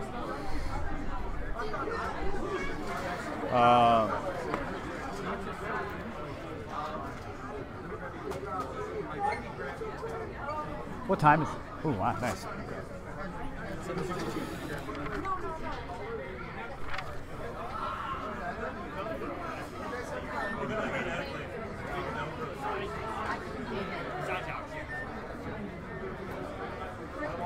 We'll roll. We'll yeah. Do you want it to? What do you? Okay, go do that.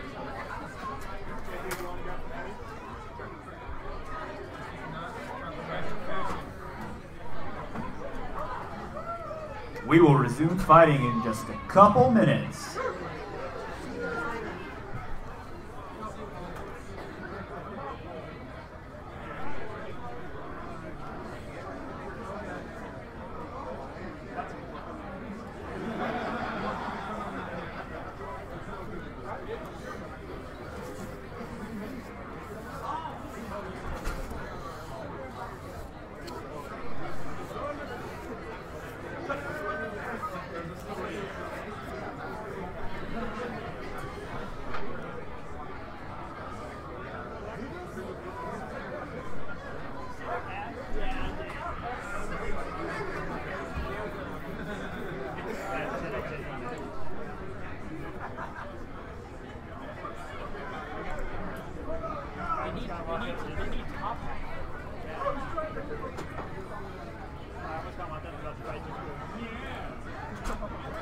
Amen.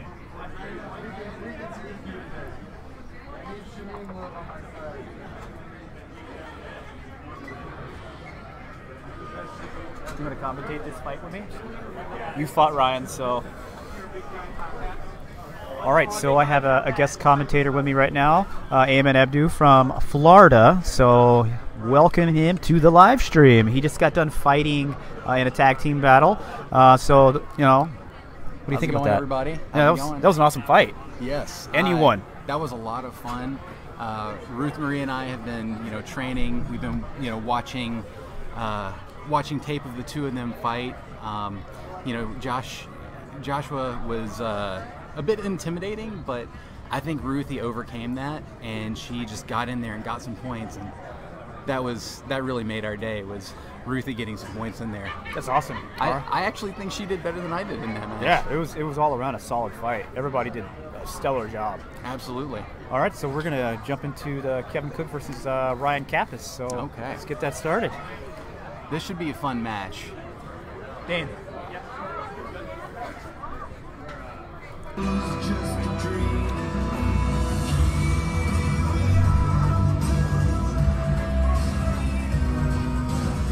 This fighter is a 3-year member and current charter representative of the Minnesota Wampas. Standing at 6 feet 1 inch tall and with a reach of 79 inches, he is your number 5 ranked TSL fighter in the world. Kevin Cook is Kevin, a big the guy. Warrior Cook.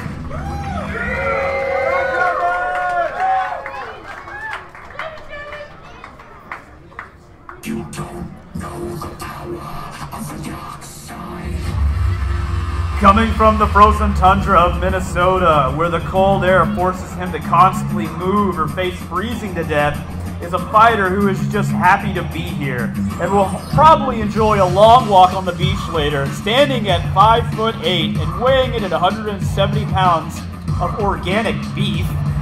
Screams a lot when he fights, and even though he has been on TV more than 5 times, you've probably never heard of him. Ryan, the Odie Cappas!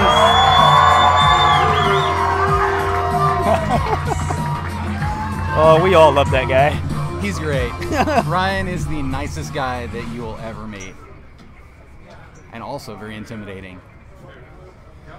That 60 pounds of pure beef? Beef, basically. Yes, he is all beef. That guy is ripped. You notice anything different about this fight? Yes, they are using tiny saber blades. What is going on with that? Well, this is a terms bout. You know, we've had a couple of these in TSL. We actually had a terms bout with Jared Graham and myself in Florida. Yes, yeah, I remember that from the first Sun Crusher last year. Yep. Yeah, if I remember, you and he used 40-inch overall length blades, right? Yep. And so these guys have taken it to the next level with tinier blades and are going to be doing primarily one-handed stuff, I believe, kind of like what we did in Florida. This should be interesting. Absolutely. Acknowledge your opponent. These guys have been waiting to fight for such a long time, and they're in the Yes. same charter. And this has been a long time coming. Fighters ready. I'm excited about this. Ryan's just so intense right now. This is going to be a whippy whip. They're getting so close in there. Yep.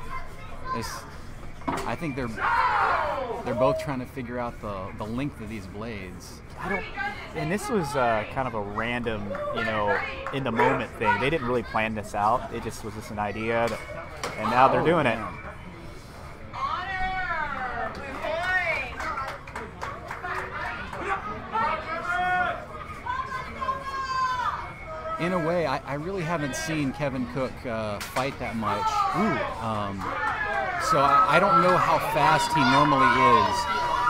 But I think this might take away a little bit of Ryan's advantage because Ryan is so fast. This short blade, kind of negates the length that he has with his speed. Look at, he got him in the face. That was good.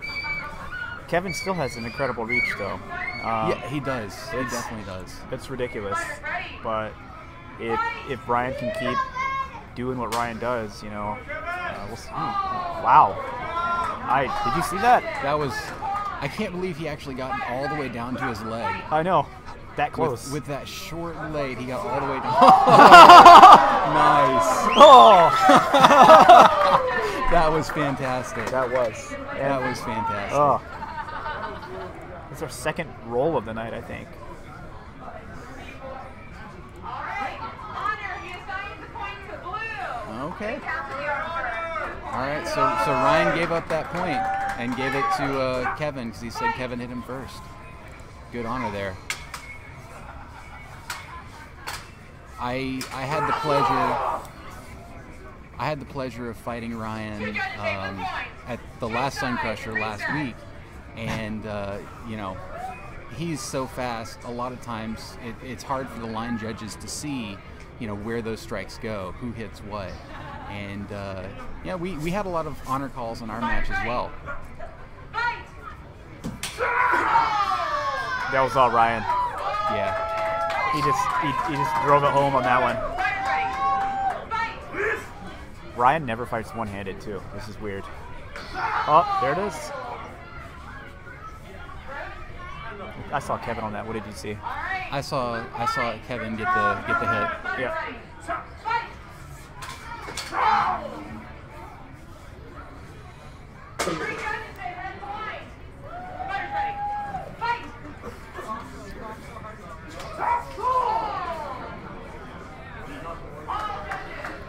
It seems like Ryan is switching up his grip.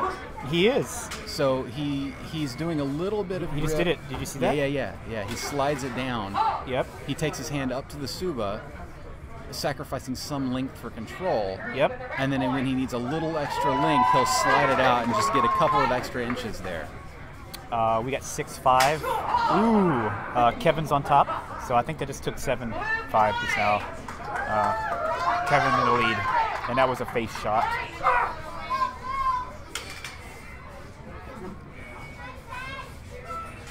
Ooh. He got that leg. Yeah. Did he get that leg? I'm not sure. Okay. I couldn't quite see if he made it down there. But I'm just surprised that he's actually going for leg shots. I know. I was actually talking to Kevin a little bit before this, and he said he was talking to Ryan's kendo instructor, and his kendo instructor said go for his leg. Oh! That is the first time Ryan has been disarmed in TSL. Yes. Really? Oh my. Oh man. That's not good. He is gonna come off of this. Oh wow. Wow. I've been disarmed by Kevin as well. In training. He's a strong dude. Ooh. Okay, 9-6. Kevin's in lead. Blue's lead. Oh yeah. Nice. And just charged straight in there for that strike. Yep. And Kevin tried to parry it, but he was just too strong. Got through it. Oh, there we go. I don't know what happened to Sid. It looked to me like he got a parry, but he got a thrust to the stomach. Okay. So I don't think Ryan would have gotten that point anyway. Yeah. Well, it was just there was nothing happening. Oh, what was that? Nothing. Still going. Yeah. Okay. So blue takes this match. He's just like, okay. We'll roll with that. So I guess what happened there was he hit Ryan's obi, right? Yep. Oh, okay. Okay. Well, that was fast. That was very fast. There's some very fast fighters, and that was a fun match there.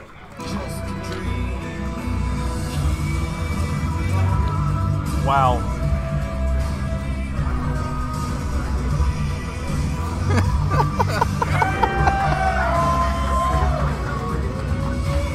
We're reading the intro for the next fight. It's just ridiculous. Awesome, ridiculous, but ridiculous. Yeah.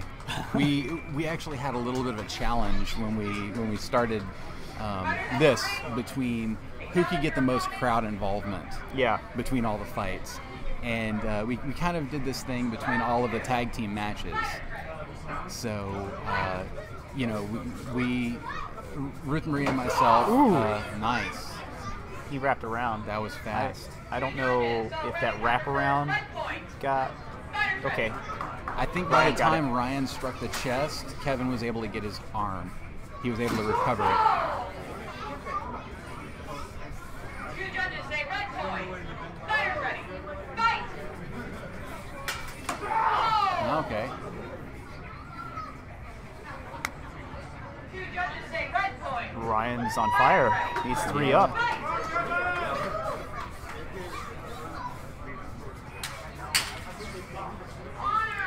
Nice. Fighters ready. Fight!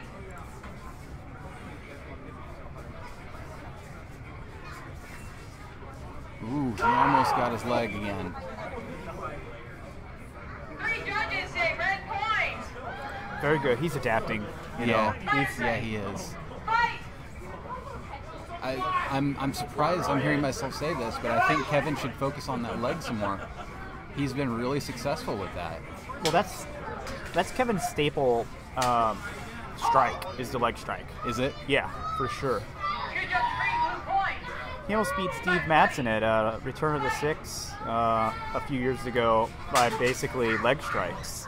Really? Yeah, Steve won the fight, but you know he almost came out on top because of that. But Steve adapted. All judges, red point. 5. Switch sides. Mandatory Was Steve the champion at that point? Steve Madsen, right? No, he wasn't the champion at the time. Philip Isherwood was the champion, and that night Isherwood was defending his title against Ryan. Oh, interesting. And Ryan lost. And then later on, Steve Madsen won TSL2 and then went on to fight Philip Isherwood in Chicago at Wizard World and beat Phil. Oh, okay. And became the world champion. Nice. That was nice. That was a very nice strike. That was. It was Very like, hello, accurate, very fast. I'm here. Fight.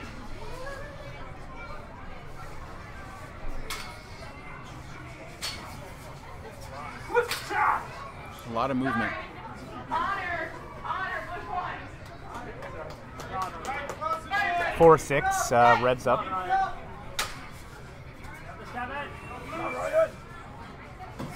Nice. Ooh. Did Ryan get him? He I did. didn't see. I saw it. I mean, I could be wrong.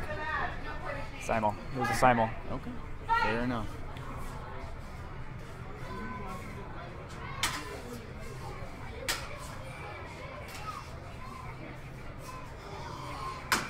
Ooh.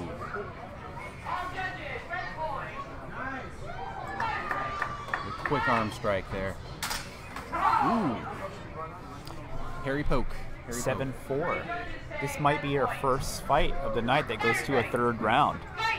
Yeah. He tried punching him in the head. I think Ryan's determined right now. He's fired up.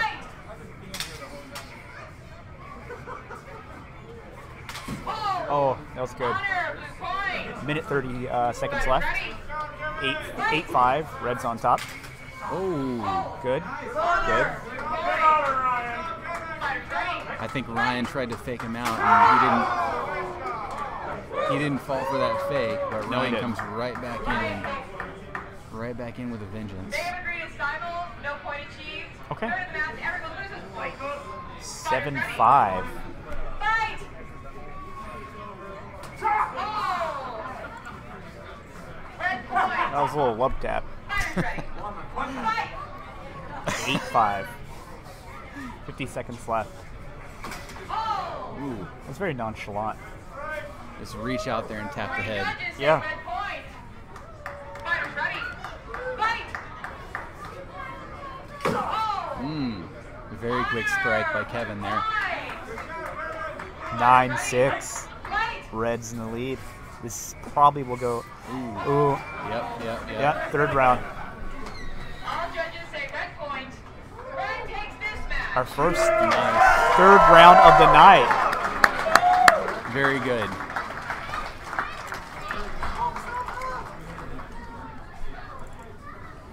Well, I think both of the fighters have adapted to the size of the sabers now. Yep. They're really trying some different techniques. It looks like. I think Ryan is kind of controlling his strikes a little bit more, trying to control what Kevin's doing, and sometimes it's paying off. Sometimes Kevin's just getting through it. Yeah. It's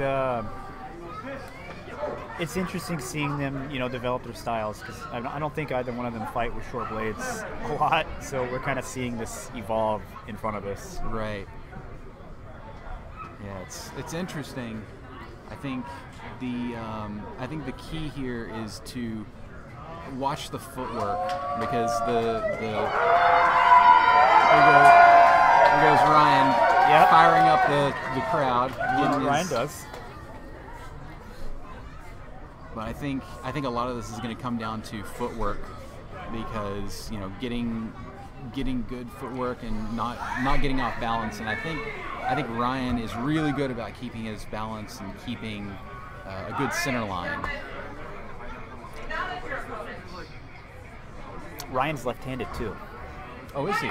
Yeah, and he's fighting right-handed. So he's fighting right-handed. That is interesting.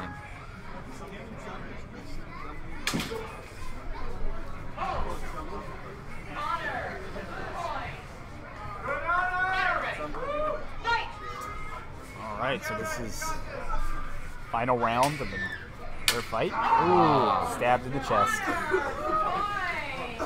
2-0.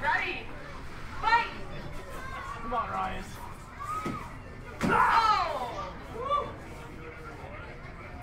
That looked pretty simultaneous to me.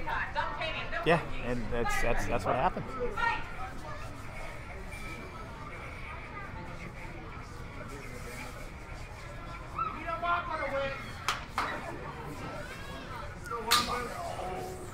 Ooh, nice disengage. Come on, Ryan. Got that. Oh, that was very nice. That was good.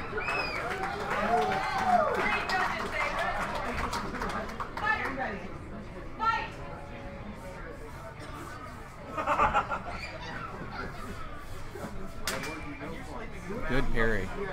Ooh. Oh, there it is. Yeah, he followed that right Yep, up. he saw that opening. Yeah. 2-2, tie game.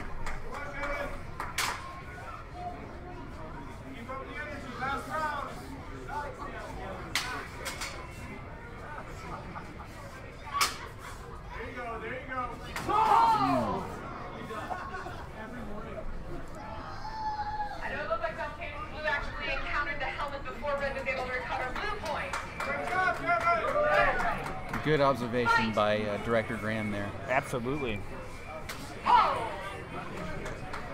Director Graham's been very consistent for the night. Absolutely.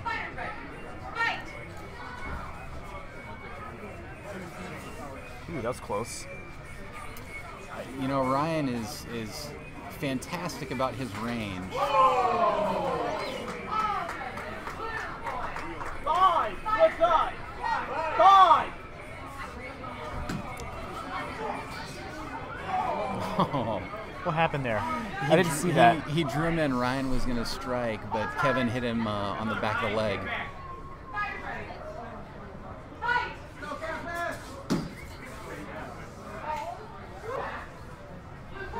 Looks 7-2.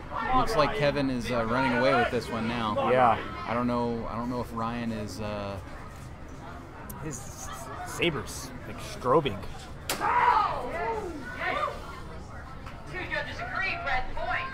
Okay, good. 7-3. 2 minutes left. I mean, he could come back. Oh, there's plenty of time for Ryan to come back for sure. 3-7. No point with the cheese. Oh. Fight.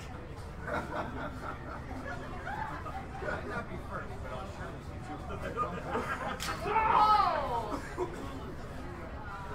Hey, where did that call? Got in there first. Who did it? Give a point. 3 points. Fire credit. Are you good? Fight.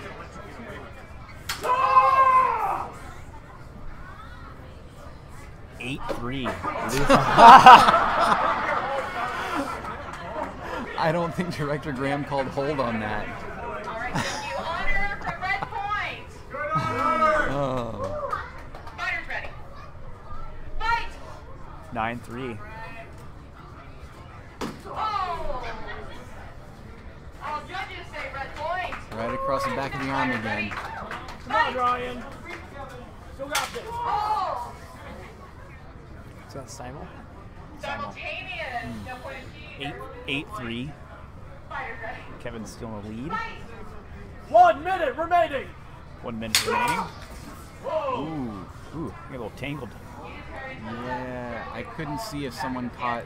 Red achieved the point. Red point. Okay. Good. 8-4. 45 seconds left. Oh, There it is. okay. Honor to blue points. Fighters ready. Fight. 9-4. 30 seconds. Oh.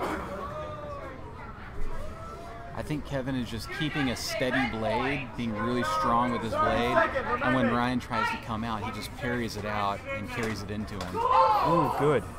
Red big contact first. Yeah, that was good. Yep. That was good. Come on, Ryan. 9-6. Okay, okay. Ryan's trying to bring it back. He's only got 10 seconds left, though. 10 seconds remaining. 8-5.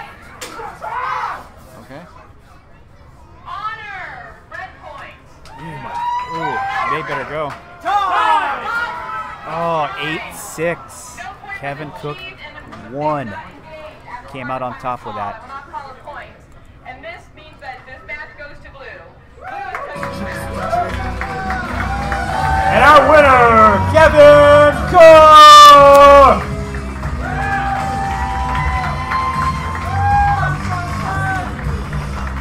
Kevin's actually going to be joining me for the main event after he gets all of his armor off with commentating. So I'd like to thank Eamon for coming up here. Thank you for inviting me, Terry. It's been a pleasure. Absolutely.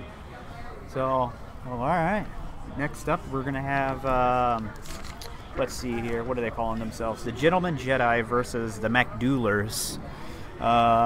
It's Jimmy Sorrell and Charlie Cummings versus Jared Graham and Russell Williams. So, wow, it's going to be an interesting fight. Kevin. He's commentating. Yeah. He's going to come up here all sweaty. You got to twiddle your mustache. All right.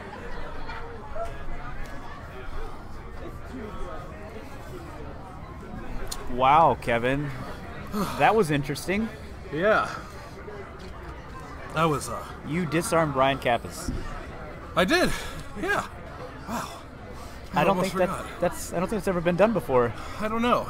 Not in a match that Think I about can think it. of. In a championship series fight. No disarms. No. Wow. You're that guy. That feels almost better than the win. I love being that guy. Yeah. So next time disarms come up, you can be like, hey, I was that guy. I was the guy. Yeah.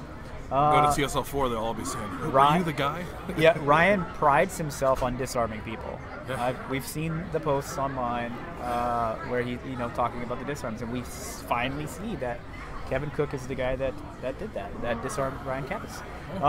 You guys had a great showing, fighting with the I guess like the Shodos, So Yeah. It was awesome. It was a strange weapon to fight with. I've never trained with that. It was just kind of a spur of the moment decision we made once his wrist was injured. I don't know if the audience knows his wrist was injured. No, we didn't go into detail. We told the audience out there that you guys had a terms bout basically. But yeah, Ryan was doing kendo a couple days ago and injured his left hand, and so he was fighting right-handed. Yes. And one-handed with short blades. So. Right. And you'll see at the end of the match there, he switched to left-handed for a little bit. Yeah. And it had greater success. Yeah, because he's left-handed. But man, yeah, I can't wait to see you guys actually fight. Standard rules. One day, yes, this will someday. happen. Last Armageddon, we were scheduled to fight, and my knee got injured. This Armageddon, his wrist got injured. Yep. Hopefully, next Armageddon, or even sooner than that, we'll actually get to fight standard. Absolutely. So we have an interesting fight coming up next. Oh, yes. The tag teams are always interesting, but this one has a particularly nice combination of fighters. Yeah. We got Jimmy Sorrell, Charlie Cummings versus Jared Graham and Russell Williams. This is going to be a lot of personality. A lot of personality. Yeah. A lot of very different styles. All of them, they're all different. None of, all four of them are very different fighters. Yeah. So, let's get it started.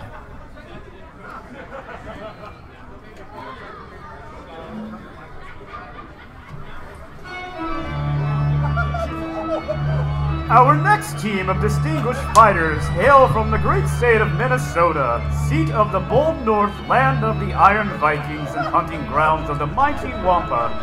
A team forged in fire but oozing in class, they possess disarming charm, impeccable manners, and own a properly sophisticated upbringing. They have the tenacity of an Ewok, determination of a Toydarian, and the ferocity of a very, very hungry horde. Weighing in at a combined 7,000 pounds and a standing whopping 27 feet tall, they are the human representation of a semicolon. Ladies and gentlemen, please put your hands together for the current TSL League champion, Jimmy the Pastor Sorrell and Charlie the Charging Turtle Cummings, as they make up their way to the ring. And please welcome the Gentleman Jedi.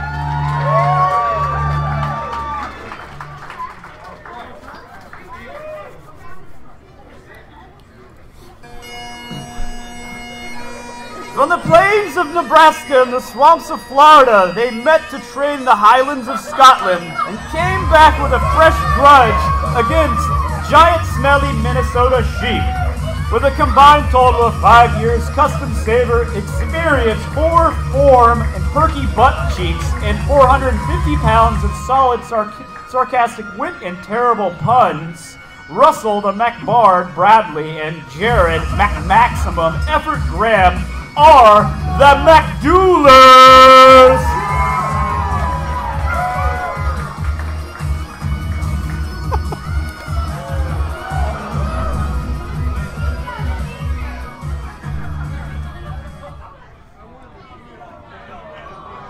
Oh, wow. Oh, so sweet. Yep.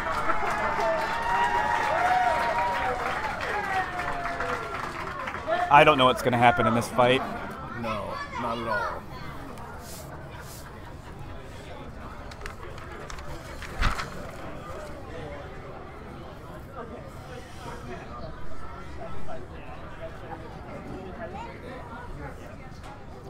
Look at their little hats.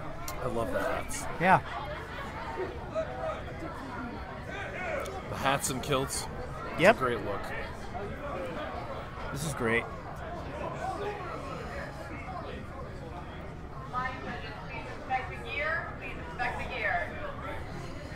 This is going to be high energy. You know, Jared has fought Charlie before and beat him. Yes, I remember. So it should be interesting. It should be interesting. Jared can hang with Charlie, we know. Jared also beat me. Yeah. Yep. Yeah. Jared's working his way up the ladder. Oh, I hope you all saw that. That was great. A hilarious display from the MacDoolers. Yep. What do you expect? I expect that the challenge here for the MacDoolers is going to be dealing with Jimmy Sorrell. The world champion. Yep. And he presents a unique challenge that neither of them has faced. I want to see this fight right here. Yes.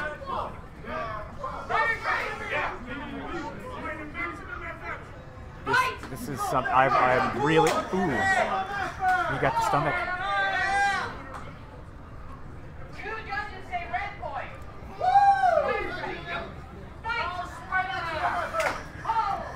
And as you'd expect from Jared and Jimmy, this is a very dynamic fight. Yep. They're moving around a lot already.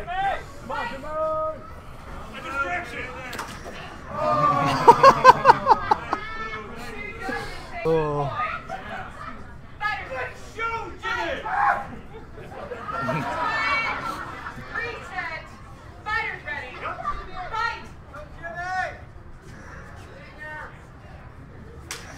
Ooh. Wow. That was aggressive.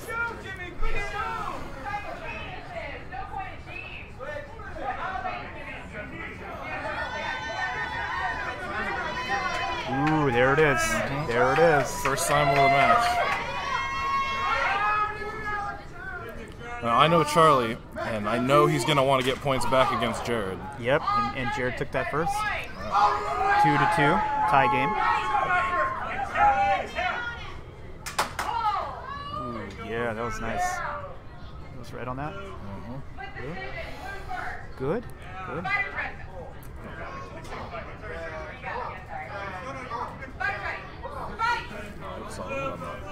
3-2, Blue in the lead. The Gentleman Jedi have taken the lead. Yes. Nice. Oh, there we go. Center line. Took it. Charlie's getting warmed up a little bit. We're starting to see him get some points. Yep, 4-2. Ooh, he got it. Eventually. Eventually. When the director's calling you out. Yeah.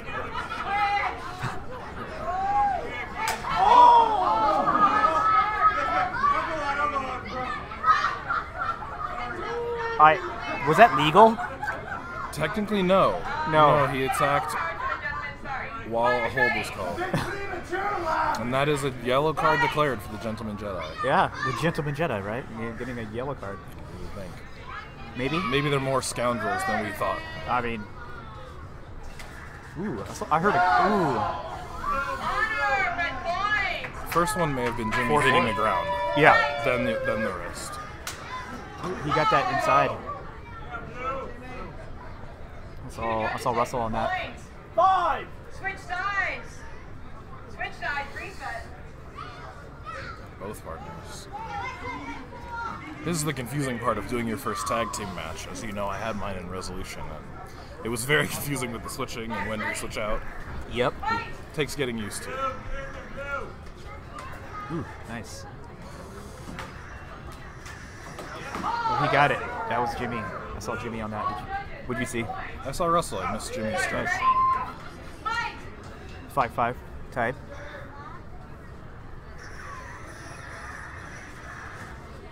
There you go. That one much more clearly for Russell in my mind. There we go. And the honor call from the fighter. Yeah, he's like, he got me right here. Jimmy really embodying that name, Gentleman Jedi, with that honor call there. Yep. That's one of the most frustrating things as a fighter, is when you think you've made a point and you didn't make the point. So getting that call out is nice. Fighters ready. Fight! Switch. Fighters ready. Fight! It's pretty simul. It looked like simul to me. Fighters ready. Melody.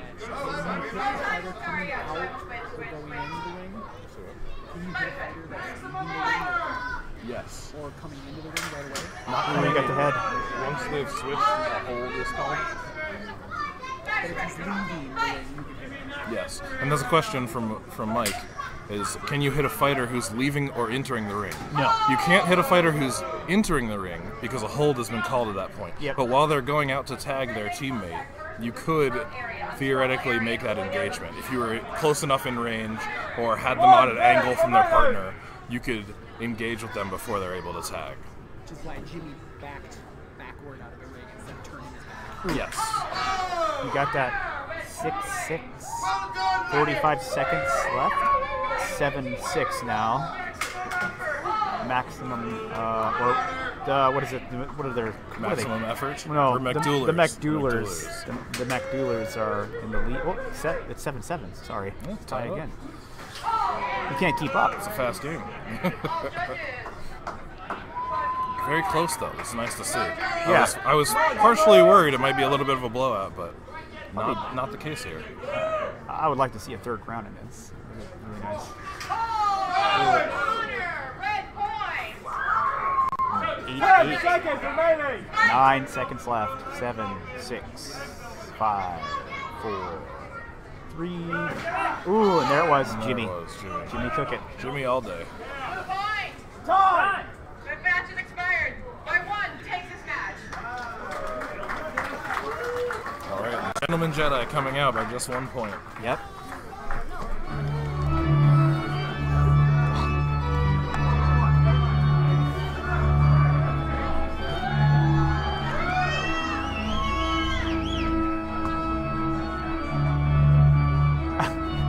This music was ridiculous. So ridiculous.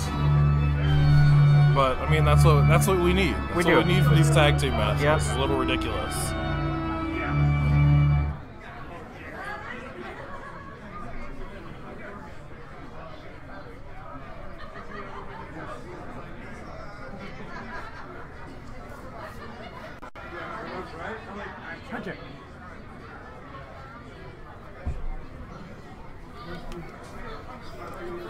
What kind of movie you're acting like?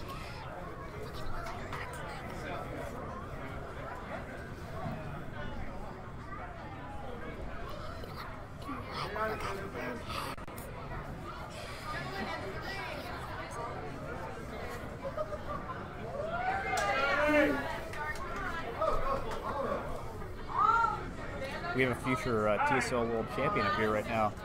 My son. Yeah, he's coming for me sooner than I'd like. All right, so the fight's back going. We're gonna get this started.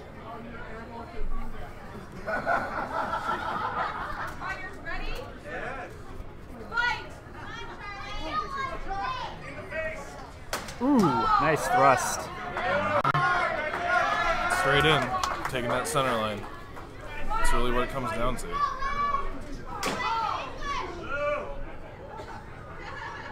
That looked like simul to me. 1-0, blew up.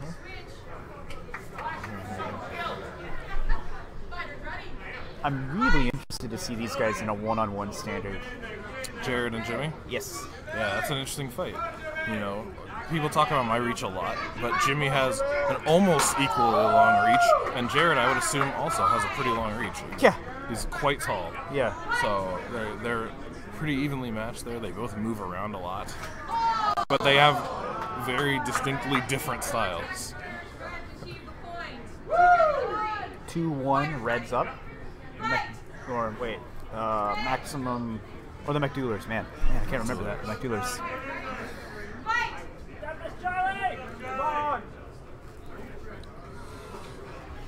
Ooh.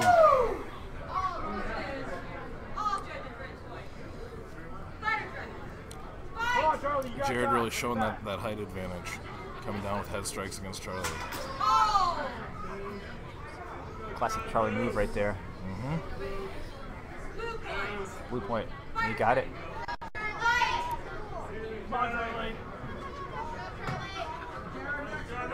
Charge up the turtle.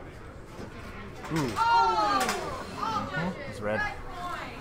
He's just put it out there, and you know it's hard to get away from without reach. And the sport's still young, so fighters aren't always great about clearing that blade. Yep. Five. Switch sides. You go. Five. Switch sides. Thanks. I think we're calling time.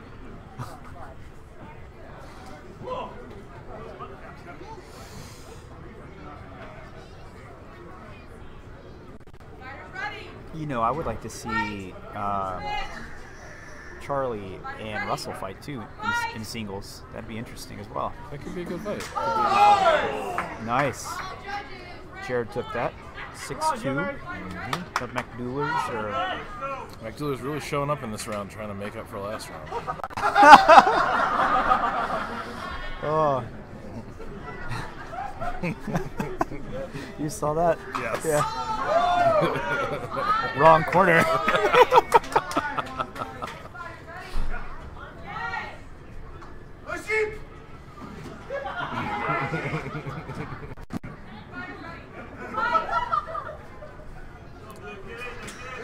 Nice.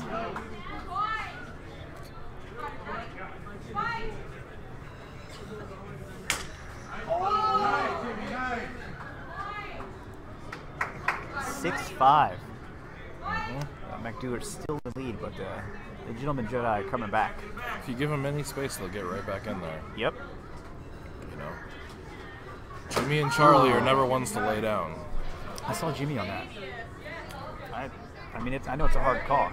I think it's the angle we're sitting at. We can't really see the red stripe. No. We're not line judges. We're just calling it how we see it. Yeah, of course. Yes. Charlie, come on.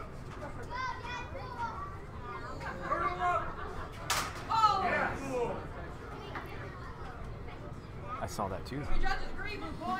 I did not see it. He got in the face, barely. Nice.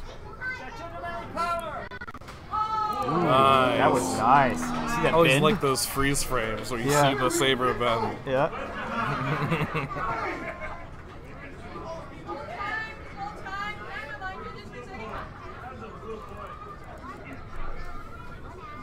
Director calling a meeting of the line judges. Yep.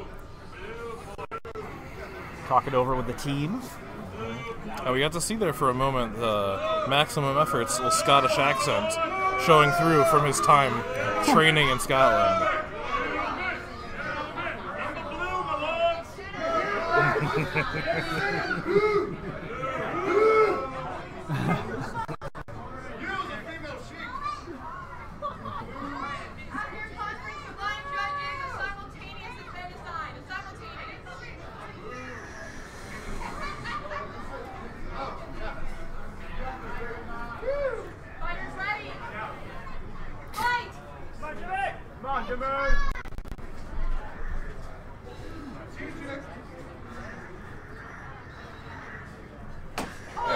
Oh, there we go.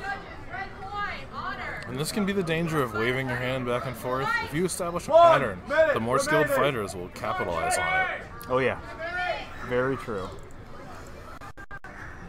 I would just like to mention that Jimmy is actually fighting with a Vader's Vault Neopixel blade. Yeah, and he actually broke a Neopixel blade at our meet 2 weeks ago. So, wow. Tip right off. Oh yeah, the tips do come off. You just have to, you know, super glue them on and throw some tape, and they're good to go. 30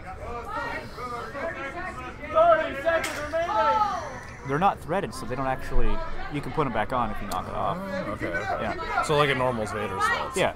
Yeah. I usually epoxy mine on once they pop off. That folded over his head. Yeah. 8-6. He got it. That was Russell. Yeah! Oh, really? Okay. I saw Russell on that as well. In this match, Red takes the match.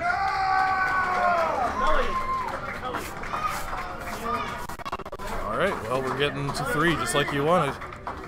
No, because we can't hear you up here when you're facing the other way with the point. Okay, I forgot to do my mic. That's fine.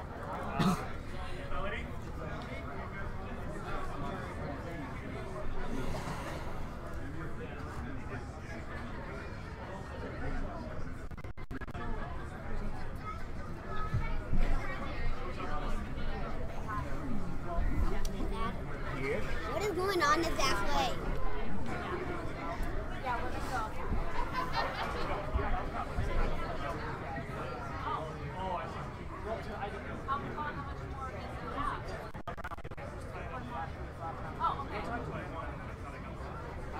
I'm curious to see what's happening in this huddle. We've got a line judge, their corner, both fighters, director, and Terry in there.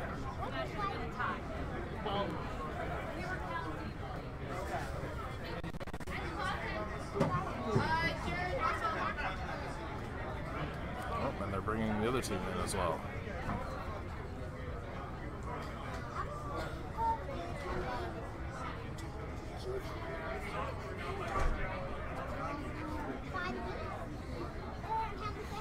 It seems like it might be a scoring issue that they're concerned with.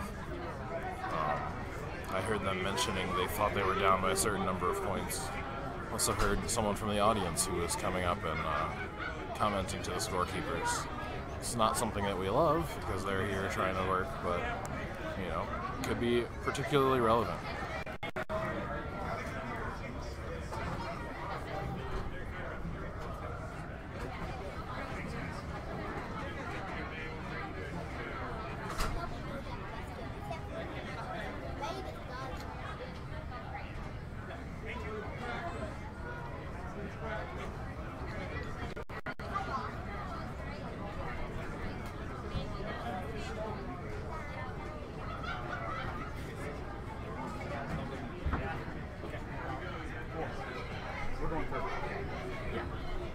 It would have been a All right.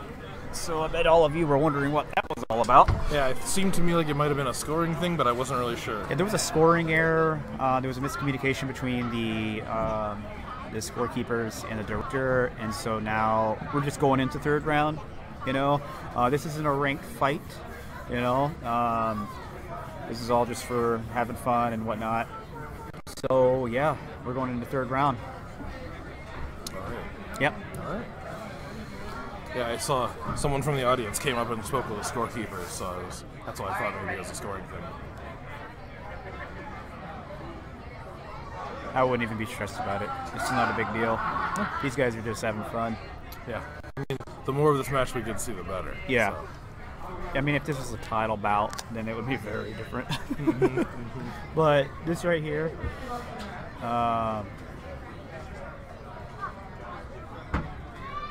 dude, just get out there. They're just messing around. They're procrastinating. They're trying to readjust the mats a little bit. There's some small gaps in there. That'll happen over the course of a night of dueling. Find the crack. Find the crack. Alright, guys. Alright. Alright, look at the hug.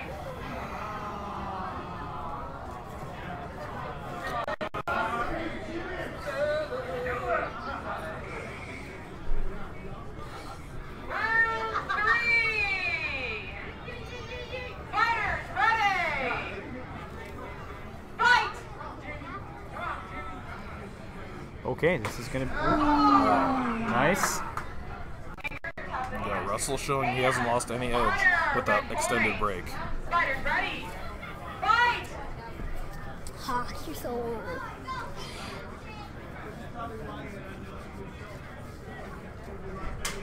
Oh! All judges, red point. Fight. Nice. Saw. 3 judges say simultaneous. No point in G's. Switch out. Switch out. Just go over there. Fighters ready. Fight.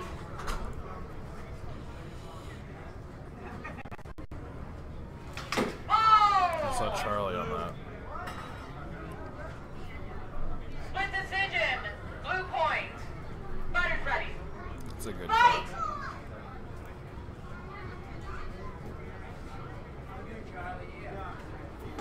Nice. All judges, red point. Fighters ready. Fight. Oh! Ooh. The fancy footwork from Maximum Effort. Judges say blue point. Fighters ready. Fight. Oh! Charlie's in a rhythm. 3 judges agree, red point. Yeah. Fighters ready. Fight. Charlie, get in it, Charlie. Got this, Charlie. Hold. 2 judges say blue point. Fighters ready. We got that. 4-3. The Gentleman Jedi are up. Good, Gary. Oh! Nice. Woo! 2 judges say blue point. Fine. Switch, switch, switch.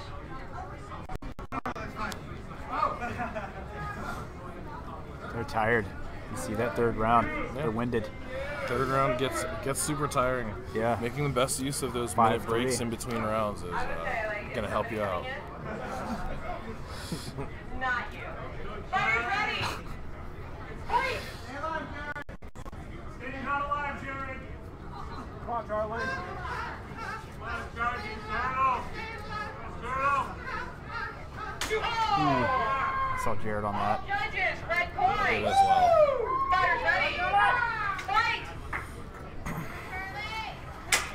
Ooh, that was really nice on Charlie. Wow. Blue point. Good. That's a good call. Good blade work. Fight.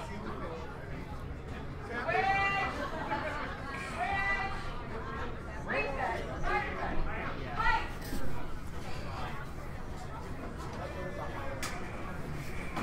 Nice. Oh, there we go. Hit him in the top of the head. Wait, hold on. Stop. Hold. Hold time. Under your foot. His pootery poof ball! He's lost his pootery poof!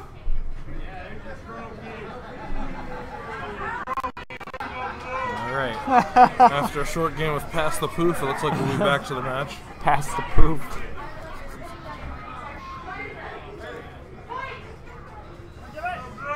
Wow. Red point. Seems like Jimmy is coaxing Russell into a wild match. I saw. That was Russell? Maybe? Yeah, yeah. came across through the shoulder. 7-6. The McDoulars are up. Oh, this is interesting. So what it looks like has happened here is the McDoulars have figured out that Jared has their best success against Charlie, and Jimmy has their best, or Russell has their best success against Jimmy. So they're switching out. Whenever the opposite team goes to switch out to get a mix-up in the matchup, they're just switching out to keep pressure. 8-6. Ready. Come on, Charlie.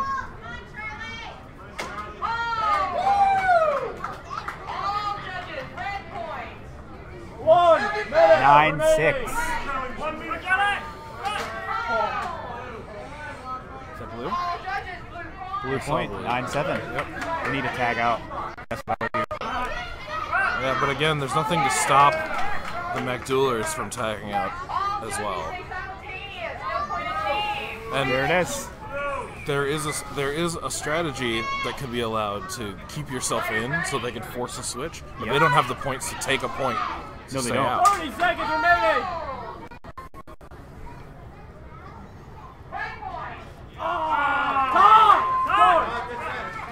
10-7. The McDoulars won. And there you go. Figuring out your matchup, critical. And our winners are the McDoulars.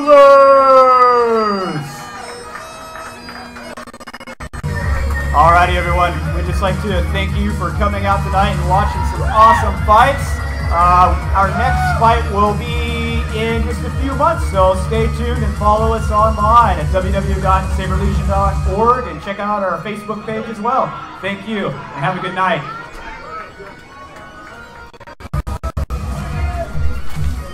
Wowzers. That was crazy. Right?